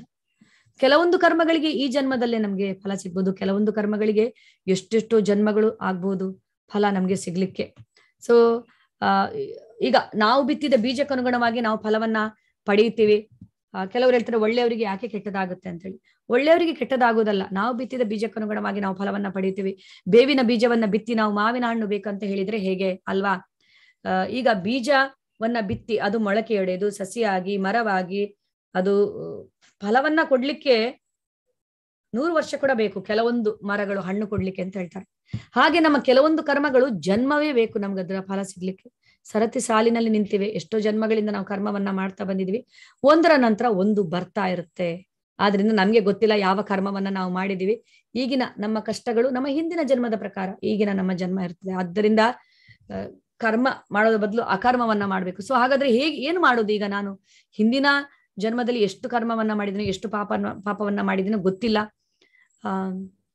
ಇದಕ್ಕೆ ಏನಾದ್ರೂ ಪರಿಹಾರ ಇದೆಯಾ ಅಂತ ಯಾರಾದ್ರೂ ಕೇಳ್ಬೋದು. ಎಸ್, ಪದ್ಮಪುರಾಣ ಇದಕ್ಕೆ ಉತ್ತರವನ್ನ ನೀಡುತ್ತದೆ. ಅಪ್ರಾರಬ್ಧ ಫಲಂ ಪಾಪಂ ಕೂಟಂ ಬೀಜಂ ಫಲೋನ್ಮುಖಂ ಕ್ರಮೇಣೇವ ಕಲಿಯೇತ ವಿಷ್ಣು ಭಕ್ತಿ ರತಾತ್ಮನಂ. ವಿಷ್ಣುವಿನ ಭಕ್ತಿಯನ್ನ ಅನನ್ಯ ಮನಸ್ಸಿನಿಂದ ವಿಷ್ಣು ಭಕ್ತಿ ಮಾಡಿರುವವರಿಗೆ ಅವರದು ಕೂಟ ರೂಪದಲ್ಲಿರ್ಲಿ, ಬೀಜ ರೂಪದಲ್ಲಿರ್ಲಿ, ಅಥವಾ ಅಪ್ರಾರಬ್ಧ ರೂಪದಲ್ಲಿರ್ಲಿ, ಪ್ರಾರಬ್ಧ ರೂಪದಲ್ಲಿರ್ಲಿ, ಎಲ್ಲಾ ಪಾಪಗಳು ನಾಶವಾಗಿ ಹೋಗುತ್ತೆ. ಭಕ್ತಿ ಎಲ್ಲವನ್ನ ನಾಶ ಮಾಡಬಲ್ಲದು. ಅಂತಹ ಪವರ್ ಇದೆ ಭಕ್ತಿಗೆ, ವಿಷ್ಣು ಭಕ್ತಿಗೆ ಅಂತ ಇಲ್ಲಿ ಹೇಳಲಾಗಿದೆ. ಶ್ರೀಮದ್ ಭಾಗವತಮಲ್ಲಿ ಹೀಗೆ ಹೇಳಲಾಗಿದೆ, ಯನ್ನಾಮಧೇಯ ಶ್ರವಣಾನು ಕೀರ್ತನಾತ್ ಯತ್ ಪ್ರವಾಹನಾದ್ ಯತ್ ಸ್ಮರಣಾದಪಿ ಕ್ವಚಿತ್ ಶ್ವಾಧೋಪಿ ಸದ್ಯ ಸವನಾಯ ಕಲ್ಪತೆ ಕೂಠಾ ಪುನಸ್ತೆ ಭಗವಾನು ದರ್ಶನಾತ್. ಶ್ರೀಮದ್ ಭಾಗವತಮಲ್ಲಿ ಹೀಗೆ ಹೇಳಲಾಗಿದೆ 3ನೇ ಸ್ಕಂದದಲ್ಲಿ, ಹೇ ಭಗವಂತ, ನಿನ್ನ ನಾಮದ ಜಪವನ್ನ ಜಪಿಸುವುದರಿಂದ, ನಿನ್ನ ನಾಮವನ್ನ ಜಪಿಸುವುದರಿಂದ, ನಿನ್ನ ಬಗ್ಗೆ ಶ್ರವಣವನ್ನ ಮಾಡೋದ್ರಿಂದ, ನಿನ್ನ ಪವಿತ್ರ ನಾಮದ ಜಪದಿಂದ, ನಿನ್ನ ಪವಿತ್ರ ನಾಮ, ನಿನ್ನ ಬಗ್ಗೆ ಕೇಳುವುದರಿಂದ, ಶ್ರವಣ ಮಾಡೋದ್ರಿಂದ, ನಿನಗೆ ನಮಸ್ಕಾರ ಮಾಡೋದ್ರಿಂದ, ಪ್ರಣಾಮ ಮಾಡೋದ್ರಿಂದ,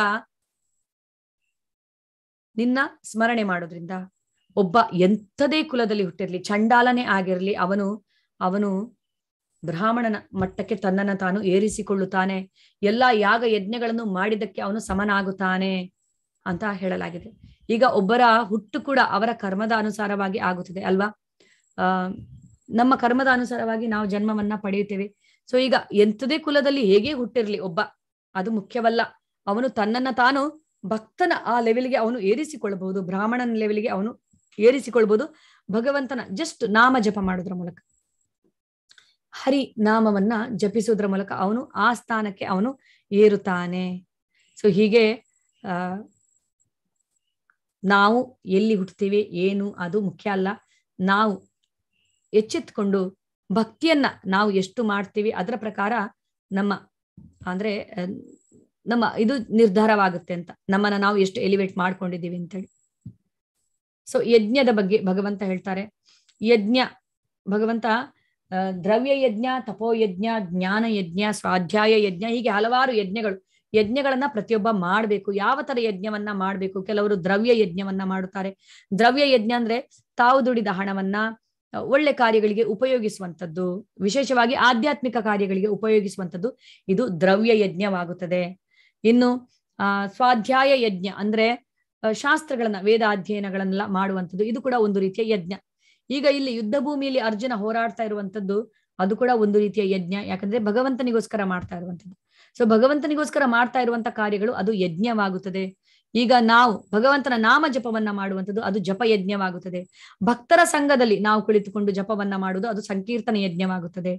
ಹೀಗೆ ಭಗವಂತ ಯಜ್ಞ ಎಂತವರನ್ನು ಕೂಡ ಪವಿತ್ರೀಕರಿಸುತ್ತದೆ ಅಂತ ಅವರು ಹೇಳ್ತಾರೆ. ಬ್ರಹ್ಮಾರ್ಪಣಂ ಬ್ರಹ್ಮ ಹವಿರ್ ಬ್ರಹ್ಮಾಗ್ನೌ ಬ್ರಾಹ್ಮಣಾಹುತಂ ಬ್ರಹ್ಮೈವ ತೇನ ಗಂತವ್ಯಂ ಬ್ರಹ್ಮ ಕರ್ಮ ಸಮಾಧಿನಃ. ಸೊ ಕೃಷ್ಣ ಪ್ರಜ್ಞೆಯಲ್ಲಿ ನಾವು ಕಾರ್ಯವನ್ನ ಮಾಡುವಾಗ ಅದು ಎಲ್ಲ ಅಂದ್ರೆ ಹೇಗೆ ಅದು ಹವಿಸ್ ಆಗುತ್ತದೆ, ಯಜ್ಞವಾಗುತ್ತದೆ ಅನ್ನೋದನ್ನ ಭಗವಂತ ಹೇಳ್ತಾರೆ ಇಲ್ಲಿ.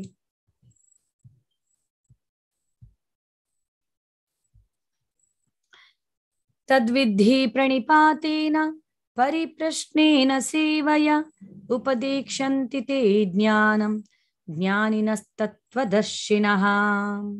ಗುರುವಿನ ಬಳಿಗೆ ಹೋಗಿ ಸತ್ಯವನ್ನು ತಿಳಿದುಕೊಳ್ಳಲು ಪ್ರಯತ್ನಿಸು, ನಮ್ರನಾಗಿ ಅವರಿಗೆ ಪ್ರಶ್ನೆ ಮಾಡು ಮತ್ತು ಅವರಿಗೆ ಸೇವೆ ಮಾಡು. ಆತ್ಮ ಸಾಕ್ಷಾತ್ಕಾರ ಪಡೆದ ವ್ಯಕ್ತಿಗಳು ಸತ್ಯವನ್ನು ಕಂಡಿದ್ದಾರೆ, ಆದುದರಿಂದ ಅವರು ನಿನಗೆ ಜ್ಞಾನೋಪದೇಶ ಮಾಡಬಲ್ಲರು. ಯಾವುದೇ ಜ್ಞಾನವನ್ನ ಪಡೆಯಬೇಕಂತಿದ್ರೆ ಗುರು ಪರಂಪರೆಯ ಮೂಲಕ ನಾವು ಪಡೆಯಬೇಕು. ಅವರಿಗೆ ನಮ್ರನಾಗಿ ನಾವು ಪ್ರಶ್ನೆಯನ್ನ ಮಾಡಬೇಕು, ಸವಾಲು ಎಸೆಯುವುದಲ್ಲ, ಇವರಿಗೆ ಎಷ್ಟು ಗೊತ್ತಿದೆ ಅಂತ ನೋಡುವಂಥದ್ದಲ್ಲ, ನಮ್ರರಾಗಿ ನಾವು ಕೇಳಬೇಕು. ಸೊ ಈ ತರ ಮಾಡೋದ್ರಿಂದ ಅವರು ಆತ್ಮ ಸಾಕ್ಷಾತ್ಕಾರವನ್ನ ಪಡೆದಿರ್ತಾರೆ. ಪ್ರಭುಪಾದರಂತವರು ಆತ್ಮ ಸಾಕ್ಷಾತ್ಕಾರವನ್ನ ಪಡೆದ ವ್ಯಕ್ತಿಗಳು, ಅವರು ನಮ್ಗೆ ಜ್ಞಾನೋಪದೇಶವನ್ನ ಮಾಡಬಲ್ಲರು. ಈಗ ಪ್ರಭುಪಾದರ ಒಂದು ಭಾವಾರ್ಥವನ್ನ ನಾವು ಓದ್ತಾ ಇದ್ದೀವಿ, ಗುರುವಿನ ಮೂಲಕ ನಾವು ಇದನ್ನ ಅರ್ಥ ಮಾಡಿಕೊಳ್ತಾ ಇದ್ದೇವೆ. ಕೃಷ್ಣ ಬಲರಾಮ ಕೂಡ ಈ ಪೃಥ್ವಿಯಲ್ಲಿ ಅವತರಿಸಿದಾಗ ಅವರು ಗುರುವನ್ನ ಸ್ವೀಕರಿಸಿದ್ರು, ಸಾಂದೀಪನಿ ಮುನಿಯನ್ನ ತಮ್ಮ ಗುರುವನ್ನಾಗಿ ಸ್ವೀಕರಿಸಿದ್ರು. ಕೃಷ್ಣನಿಗೆ ಗುರುವಿನ ಅವಶ್ಯಕತೆ ಇತ್ತು ಅಂತ ಹೇಳಿ ಅಲ್ಲ, ಅವರು ಉದಾಹರಣೆಯ ಮೂಲಕ ತೋರಿಸಿದ್ರು ಯಾವ ತರ ನಾವು ಜ್ಞಾನವನ್ನ ಪಡೆಯಬೇಕು. ಅದಕ್ಕೋಸ್ಕರ ಅವರು ಒಂದು ಮಾದರಿ ಆದ್ರು, ಯಾವ ತರ ಇರ್ಬೇಕಂತ ತೋರಿಸಿದ್ರು ನಮ್ಗೆ. 6 ತಿಂಗಳ ಕಾಲ ಮಾತ್ರ ಅವರು ಇರ್ತಾರೆ ಸಾಂದೀಪನಿ ಮುನಿ ಹತ್ರ. ಸಾಂದೀಪನಿ ಮುನಿಗೂ ಗೊತ್ತಿತ್ತು ಕೃಷ್ಣ ದೇವೋತ್ತಮ ಪರಮ ಪುರುಷ ಅನ್ನುವಂಥದ್ದು. ಎಲ್ಲ ಒಂದು ವಿದ್ಯಾಭ್ಯಾಸವನ್ನ ಕಲಿತ ಮೇಲೆ ಗುರು ದಕ್ಷಿಣೆಯನ್ನ ಏನು ಕೊಡಲಿ ಗುರುಗಳೇ ಅಂತ ಕೃಷ್ಣ ಸಾಂದೀಪನಿ ಮುನಿ ಹತ್ರ ಕೇಳಿದಾಗ ಸಾಂದೀಪನಿ ಮುನಿ ಹೇಳ್ತಾರೆ, ನನ್ನ ಪುತ್ರನನ್ನ ನಾನು ಕಳೆದುಕೊಂಡಿದ್ದೇನೆ, ಪುತ್ರ ಶೋಕದಿಂದ ನಾನು ಪರಿತಪಿಸ್ತಾ ಇದ್ದೇನೆ, ನನ್ನ ಪುತ್ರನನ್ನ ಮರಳಿ ನನಗೆ ತಂದು ಕೊಡು ಅಂತ ಅವರು ಕೃಷ್ಣನ ಹತ್ರ ಕೇಳ್ತಾರೆ. ಸೊ ಕೃಷ್ಣ ದೇವೋತ್ತಮ ಪರಮಪುರುಷ ಅಲ್ಲ ಅಂದ್ರೆ ಅಂತ ಅವ್ರಿಗೆ ಗೊತ್ತಿರ್ಲಿಲ್ಲ ಅಂದ್ರೆ ಅವ್ರು ಇದನ್ನ ಕೇಳ್ತಾ ಇದ್ರ? ಇಲ್ಲ, ಕೃಷ್ಣನಿಗೆ ಮಾತ್ರ ಇದು ಸಾಧ್ಯ ಅನ್ನೋದು ಅವರಿಗೆ ಗೊತ್ತಿತ್ತು. ಕೃಷ್ಣ ಯಮಲೋಕಕ್ಕೆ ಹೋಗಿ ಸಾಂದೀಪನಿ ಮುನಿಯ ಪುತ್ರನನ್ನ ಮರಳಿ ಕರ್ಕೊಂಡು ಬರ್ತಾರೆ, ಗುರುದಕ್ಷಿಣೆಯಾಗಿ ಕೊಡ್ತಾರೆ. ಇದು ಕೃಷ್ಣನಿಗೆ ಮಾತ್ರ ಸಾಧ್ಯ, ಬೇರೆ ಯಾರಿಗೂ ಸಾಧ್ಯ ಇಲ್ಲ. ಸೊ ತಾನು ದೇವೋತ್ತಮ ಪರಮಪುರುಷ ಎನ್ನುವುದನ್ನ ಭಗವಂತ ಇಲ್ಲಿ ಸಾಬೀತುಪಡಿಸ್ತಾರೆ ಅಲ್ವಾ. ಸೊ ಹೀಗೆ ಜ್ಞಾನವನ್ನ ಪಡೆಯುವುದಕ್ಕೆ ಇರುವಂತಹ ಮಾರ್ಗವನ್ನ ಇಲ್ಲಿ ಭಗವಂತ ಹೇಳ್ತಾರೆ. ಸೊ ಈಗ ಯಜ್ಞಗಳ ಬಗ್ಗೆ ಹೇಳ್ತಾರೆ ಭಗವಂತ. ಎಲ್ಲ ಯಜ್ಞಗಳಿಗಿಂತ ಕೂಡ ಈಗ ಕಲಿಯುಗದ ಯಜ್ಞ ಯಾವುದು ಅನ್ನೋದನ್ನ ಭಗವಂತ ಹೇಳ್ತಾರೆ. ಯಾವ ಯಾವ ಯುಗಕ್ಕೆ ಯಾವ ಯಾವ ವಿಧಾನವನ್ನ ಹೇಳಲಾಗಿದೆ ಅಂತೇಳಿ. ಕರತೇಯಾಧ್ಯಾಯತೋ ವಿಷ್ಣುಂ ತ್ರೇತಾಯಾಂ ಯಜತೋ ಮಖೈ ದ್ವಾಪರೇ ಪರಿಚರ್ಯಾಯಾಂ ಕಲೌ ತದ್ ಹರಿಕೀರ್ತನಾತ್. ಸತ್ಯಯುಗದಲ್ಲಿ ತಪಸ್ಸನ್ನ ಮಾಡ್ತಾ ಇದ್ರು ವರ್ಷಾನುಗಟ್ಲೆ. ಯಾಕಂದ್ರೆ ಅವರ ಆಯಸ್ಸು 10 ಲಕ್ಷ ವರ್ಷ ಇತ್ತು. 1 ಲಕ್ಷ ವರ್ಷ ಇತ್ತು. ಕ್ಷಮಿಸಿ, 1 ಲಕ್ಷ ವರ್ಷ ಇತ್ತು ಅಂತ ಹೇಳಲಾಗುತ್ತೆ ಅವರ ಆಯಸ್ಸು ಸತ್ಯಯುಗದವರದು. ಸೊ ಅವರಿಗೆ ವರ್ಷಾನುಗಟ್ಲೆ ತಪಸ್ಸು ಮಾಡುವಂತ ಸಮಯ ಅವರಲ್ಲಿ ಇತ್ತು. ಭಗವಂತನನ್ನ ಸಾಕ್ಷಾತ್ಕರಿಸಿಕೊಳ್ತಾ ಇದ್ರು ಈ ರೂಪದ ಮೂಲಕ. ತ್ರೇತಾಯುಗದವರು ಯಾಗ ಯಜ್ಞಗಳನ್ನ ಮಾಡ್ತಾ ಇದ್ರು. ಯಾಗ ಯಜ್ಞ ಮಾಡೋದ್ರ ಮೂಲಕ ಭಗವಂತನನ್ನ ಸಾಕ್ಷಾತ್ಕರಿಸಿಕೊಳ್ತಾ ಇದ್ರು. ಅದಕ್ಕೆ ಬೇಕಾಗಿರುವಂತಹ ಸಲಕರಣೆಗಳು, ಸಾಮಗ್ರಿಗಳು ಅವರಲ್ಲಿ ಇತ್ತು. ತ್ರೇತಾಯುಗದವರ ಆಯಸ್ಸು 10,000 ವರ್ಷ ಇತ್ತು. ದ್ವಾಪರ ಯುಗದವರು ಅರ್ಚ ವಿಗ್ರಹದ ಆರಾಧನೆಯನ್ನ ಮಾಡ್ತಾ ಇದ್ರು. ಪ್ರತಿಯೊಬ್ಬರ ಮನೆಯಲ್ಲೂ ಅರ್ಚ ವಿಗ್ರಹ ಇತ್ತು. ಸಾಲಿಗ್ರಾಮ, ಮಡಿ ಮೈಲಿಗೆಯಿಂದ ಆರಾಧನೆ ಮಾಡುವಂಥದ್ದು ಇದು ನಡೀತಾ ಇತ್ತು. ದ್ವಾಪರ ಯುಗದವರ ಆಯಸ್ಸು 1,000 ವರ್ಷ ಇತ್ತು ಅಂತ ಹೇಳಲಾಗುತ್ತೆ. ಕಲಿಯುಗದವರ ಆಯಸ್ಸು ಎಷ್ಟು ವರ್ಷ ಇದೆ? 100 ವರ್ಷ ಅಂತ ಹೇಳ್ತಾರೆ. 100 ವರ್ಷ ಯಾರು ಬದುಕ್ತಾರೆ ಈಗಿನ ಕಾಲದಲ್ಲಿ? 70-80 ಅಷ್ಟೇ ಅಲ್ವಾ. ಸೊ ಅಂಥದ್ರಲ್ಲಿ ನಾವು ಏನ್ ಮಾಡ್ಬೋದು? ತಪಸ್ಸು ಮಾಡ್ಲಿಕ್ಕಾಗುತ್ತಾ? ನಮ್ಗೆ ವೇದಾಧ್ಯಯನ ಮಾಡ್ಲಿಕ್ಕಾಗುತ್ತಾ? ಯಾಗ ಯಜ್ಞ ಮಾಡ್ಲಿಕ್ಕಾಗುತ್ತಾ? ಅರ್ಚ ವಿಗ್ರಹದ ಆರಾಧನೆ ಮಾಡುವಷ್ಟು ಮಡಿ ಮೈಲಿಗೆಯಲ್ಲಿ ನಾವಿರಕ್ಕಾಗತ್ತಾ? ಇಲ್ಲ. ಅಂಥದ್ರಲ್ಲಿ ಏನು ಮಾಡ್ಬೋದು? ಹರಿಕೀರ್ತನೆ, ಹರಿಯ ಸ್ಮರಣೆ, ನಾಮ ಜಪ ನಾವು ಮಾಡ್ಬೋದು. ಎಂಥದೇ ಸಂದರ್ಭದಲ್ಲೂ, ಎಂಥದೇ ಪರಿಸ್ಥಿತಿಯಲ್ಲೂ ಈ ಜಪವನ್ನ ಮಾಡದೆ ಇರೋದಕ್ಕೆ ಕಾರಣನೇ ಇಲ್ಲ. ಅಂತಹ ಮಂತ್ರ ಯಾವುದದು? ಹರೇ ಕೃಷ್ಣ ಕೃಷ್ಣ ಕೃಷ್ಣ ಹರೇ ಹರೇ, ಹರೇ ರಾಮ ರಾಮ ರಾಮ ಹರೇ ಹರೇ. ಇಸ್ಕಾನ್ ಅವ್ರು ಮ್ಯಾನುಫ್ಯಾಕ್ಚರ್ ಮಾಡಿರೋದಲ್ಲ ಈ ಮಂತ್ರ, ಶಾಸ್ತ್ರಗಳಲ್ಲಿ ಬರೆಯಲಾಗಿದೆ. ಯಾವ ಶಾಸ್ತ್ರದಲ್ಲಿ ಏನೇನು ಹೇಳಲಾಗಿದೆ ಈ ಮಂತ್ರದ ಬಗ್ಗೆ ಅನ್ನೋದನ್ನ ನಾವು 6ನೇ ಅಧ್ಯಾಯದಲ್ಲಿ ನಾವು ತಿಳಿದುಕೊಳ್ಳಲಿದ್ದೇವೆ. ಇವತ್ತು 4ನೇ ಅಧ್ಯಾಯ, ನಾಳೆ 5ನೇ ಅಧ್ಯಾಯ, ನಾಡಿದ್ದು 6ನೇ ಅಧ್ಯಾಯ. ಶಾಸ್ತ್ರದ ಪ್ರಮಾಣವನ್ನ ನಾವು ನಿಮ್ಗೆ ಕೊಡ್ತೇವೆ.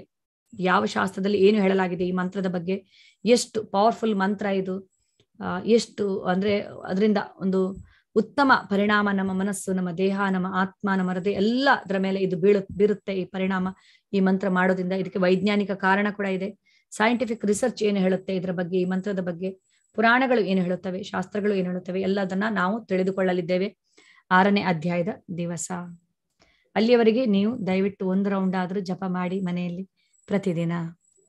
ಶ್ರೀಮದ್ ಭಗವದ್ಗೀತಾ ಗ್ರಂಥರಾಜ್ ಕಿ ಜೈ, ಶ್ರೀಲ ಪ್ರಭುಪಾದ್ ಕಿ ಜೈ, ಶ್ರೀಲ ಗುರುದೇವ್ ಕಿ ಜೈ, ಅನಂತ ಕೋಟಿ ವೈಷ್ಣವರಂದ್ ಕಿ ಜೈ. ನಿತಾಯ ಗೌರ್ ಪ್ರೇಮಾನಂದೆ ಹರಿ ಹರಿ. ವಾಂಚಕಲ್ಪತರುಭ್ಯಶ್ಚ ಕೃಪಾ ಸಿಂಧುಭ್ಯ ಏವ ಚ ಪತಿತಾನಾಂ ಪಾವನೇಭ್ಯೋ ವೈಷ್ಣವೇಭ್ಯೋ ನಮೋ ನಮಃ. ಎಲ್ಲರಿಗೂ ಅನಂತ ಧನ್ಯವಾದಗಳು. ಈಗ ನಾಳೆ ಗಣೇಶ ಚತುರ್ಥಿ. ಸೊ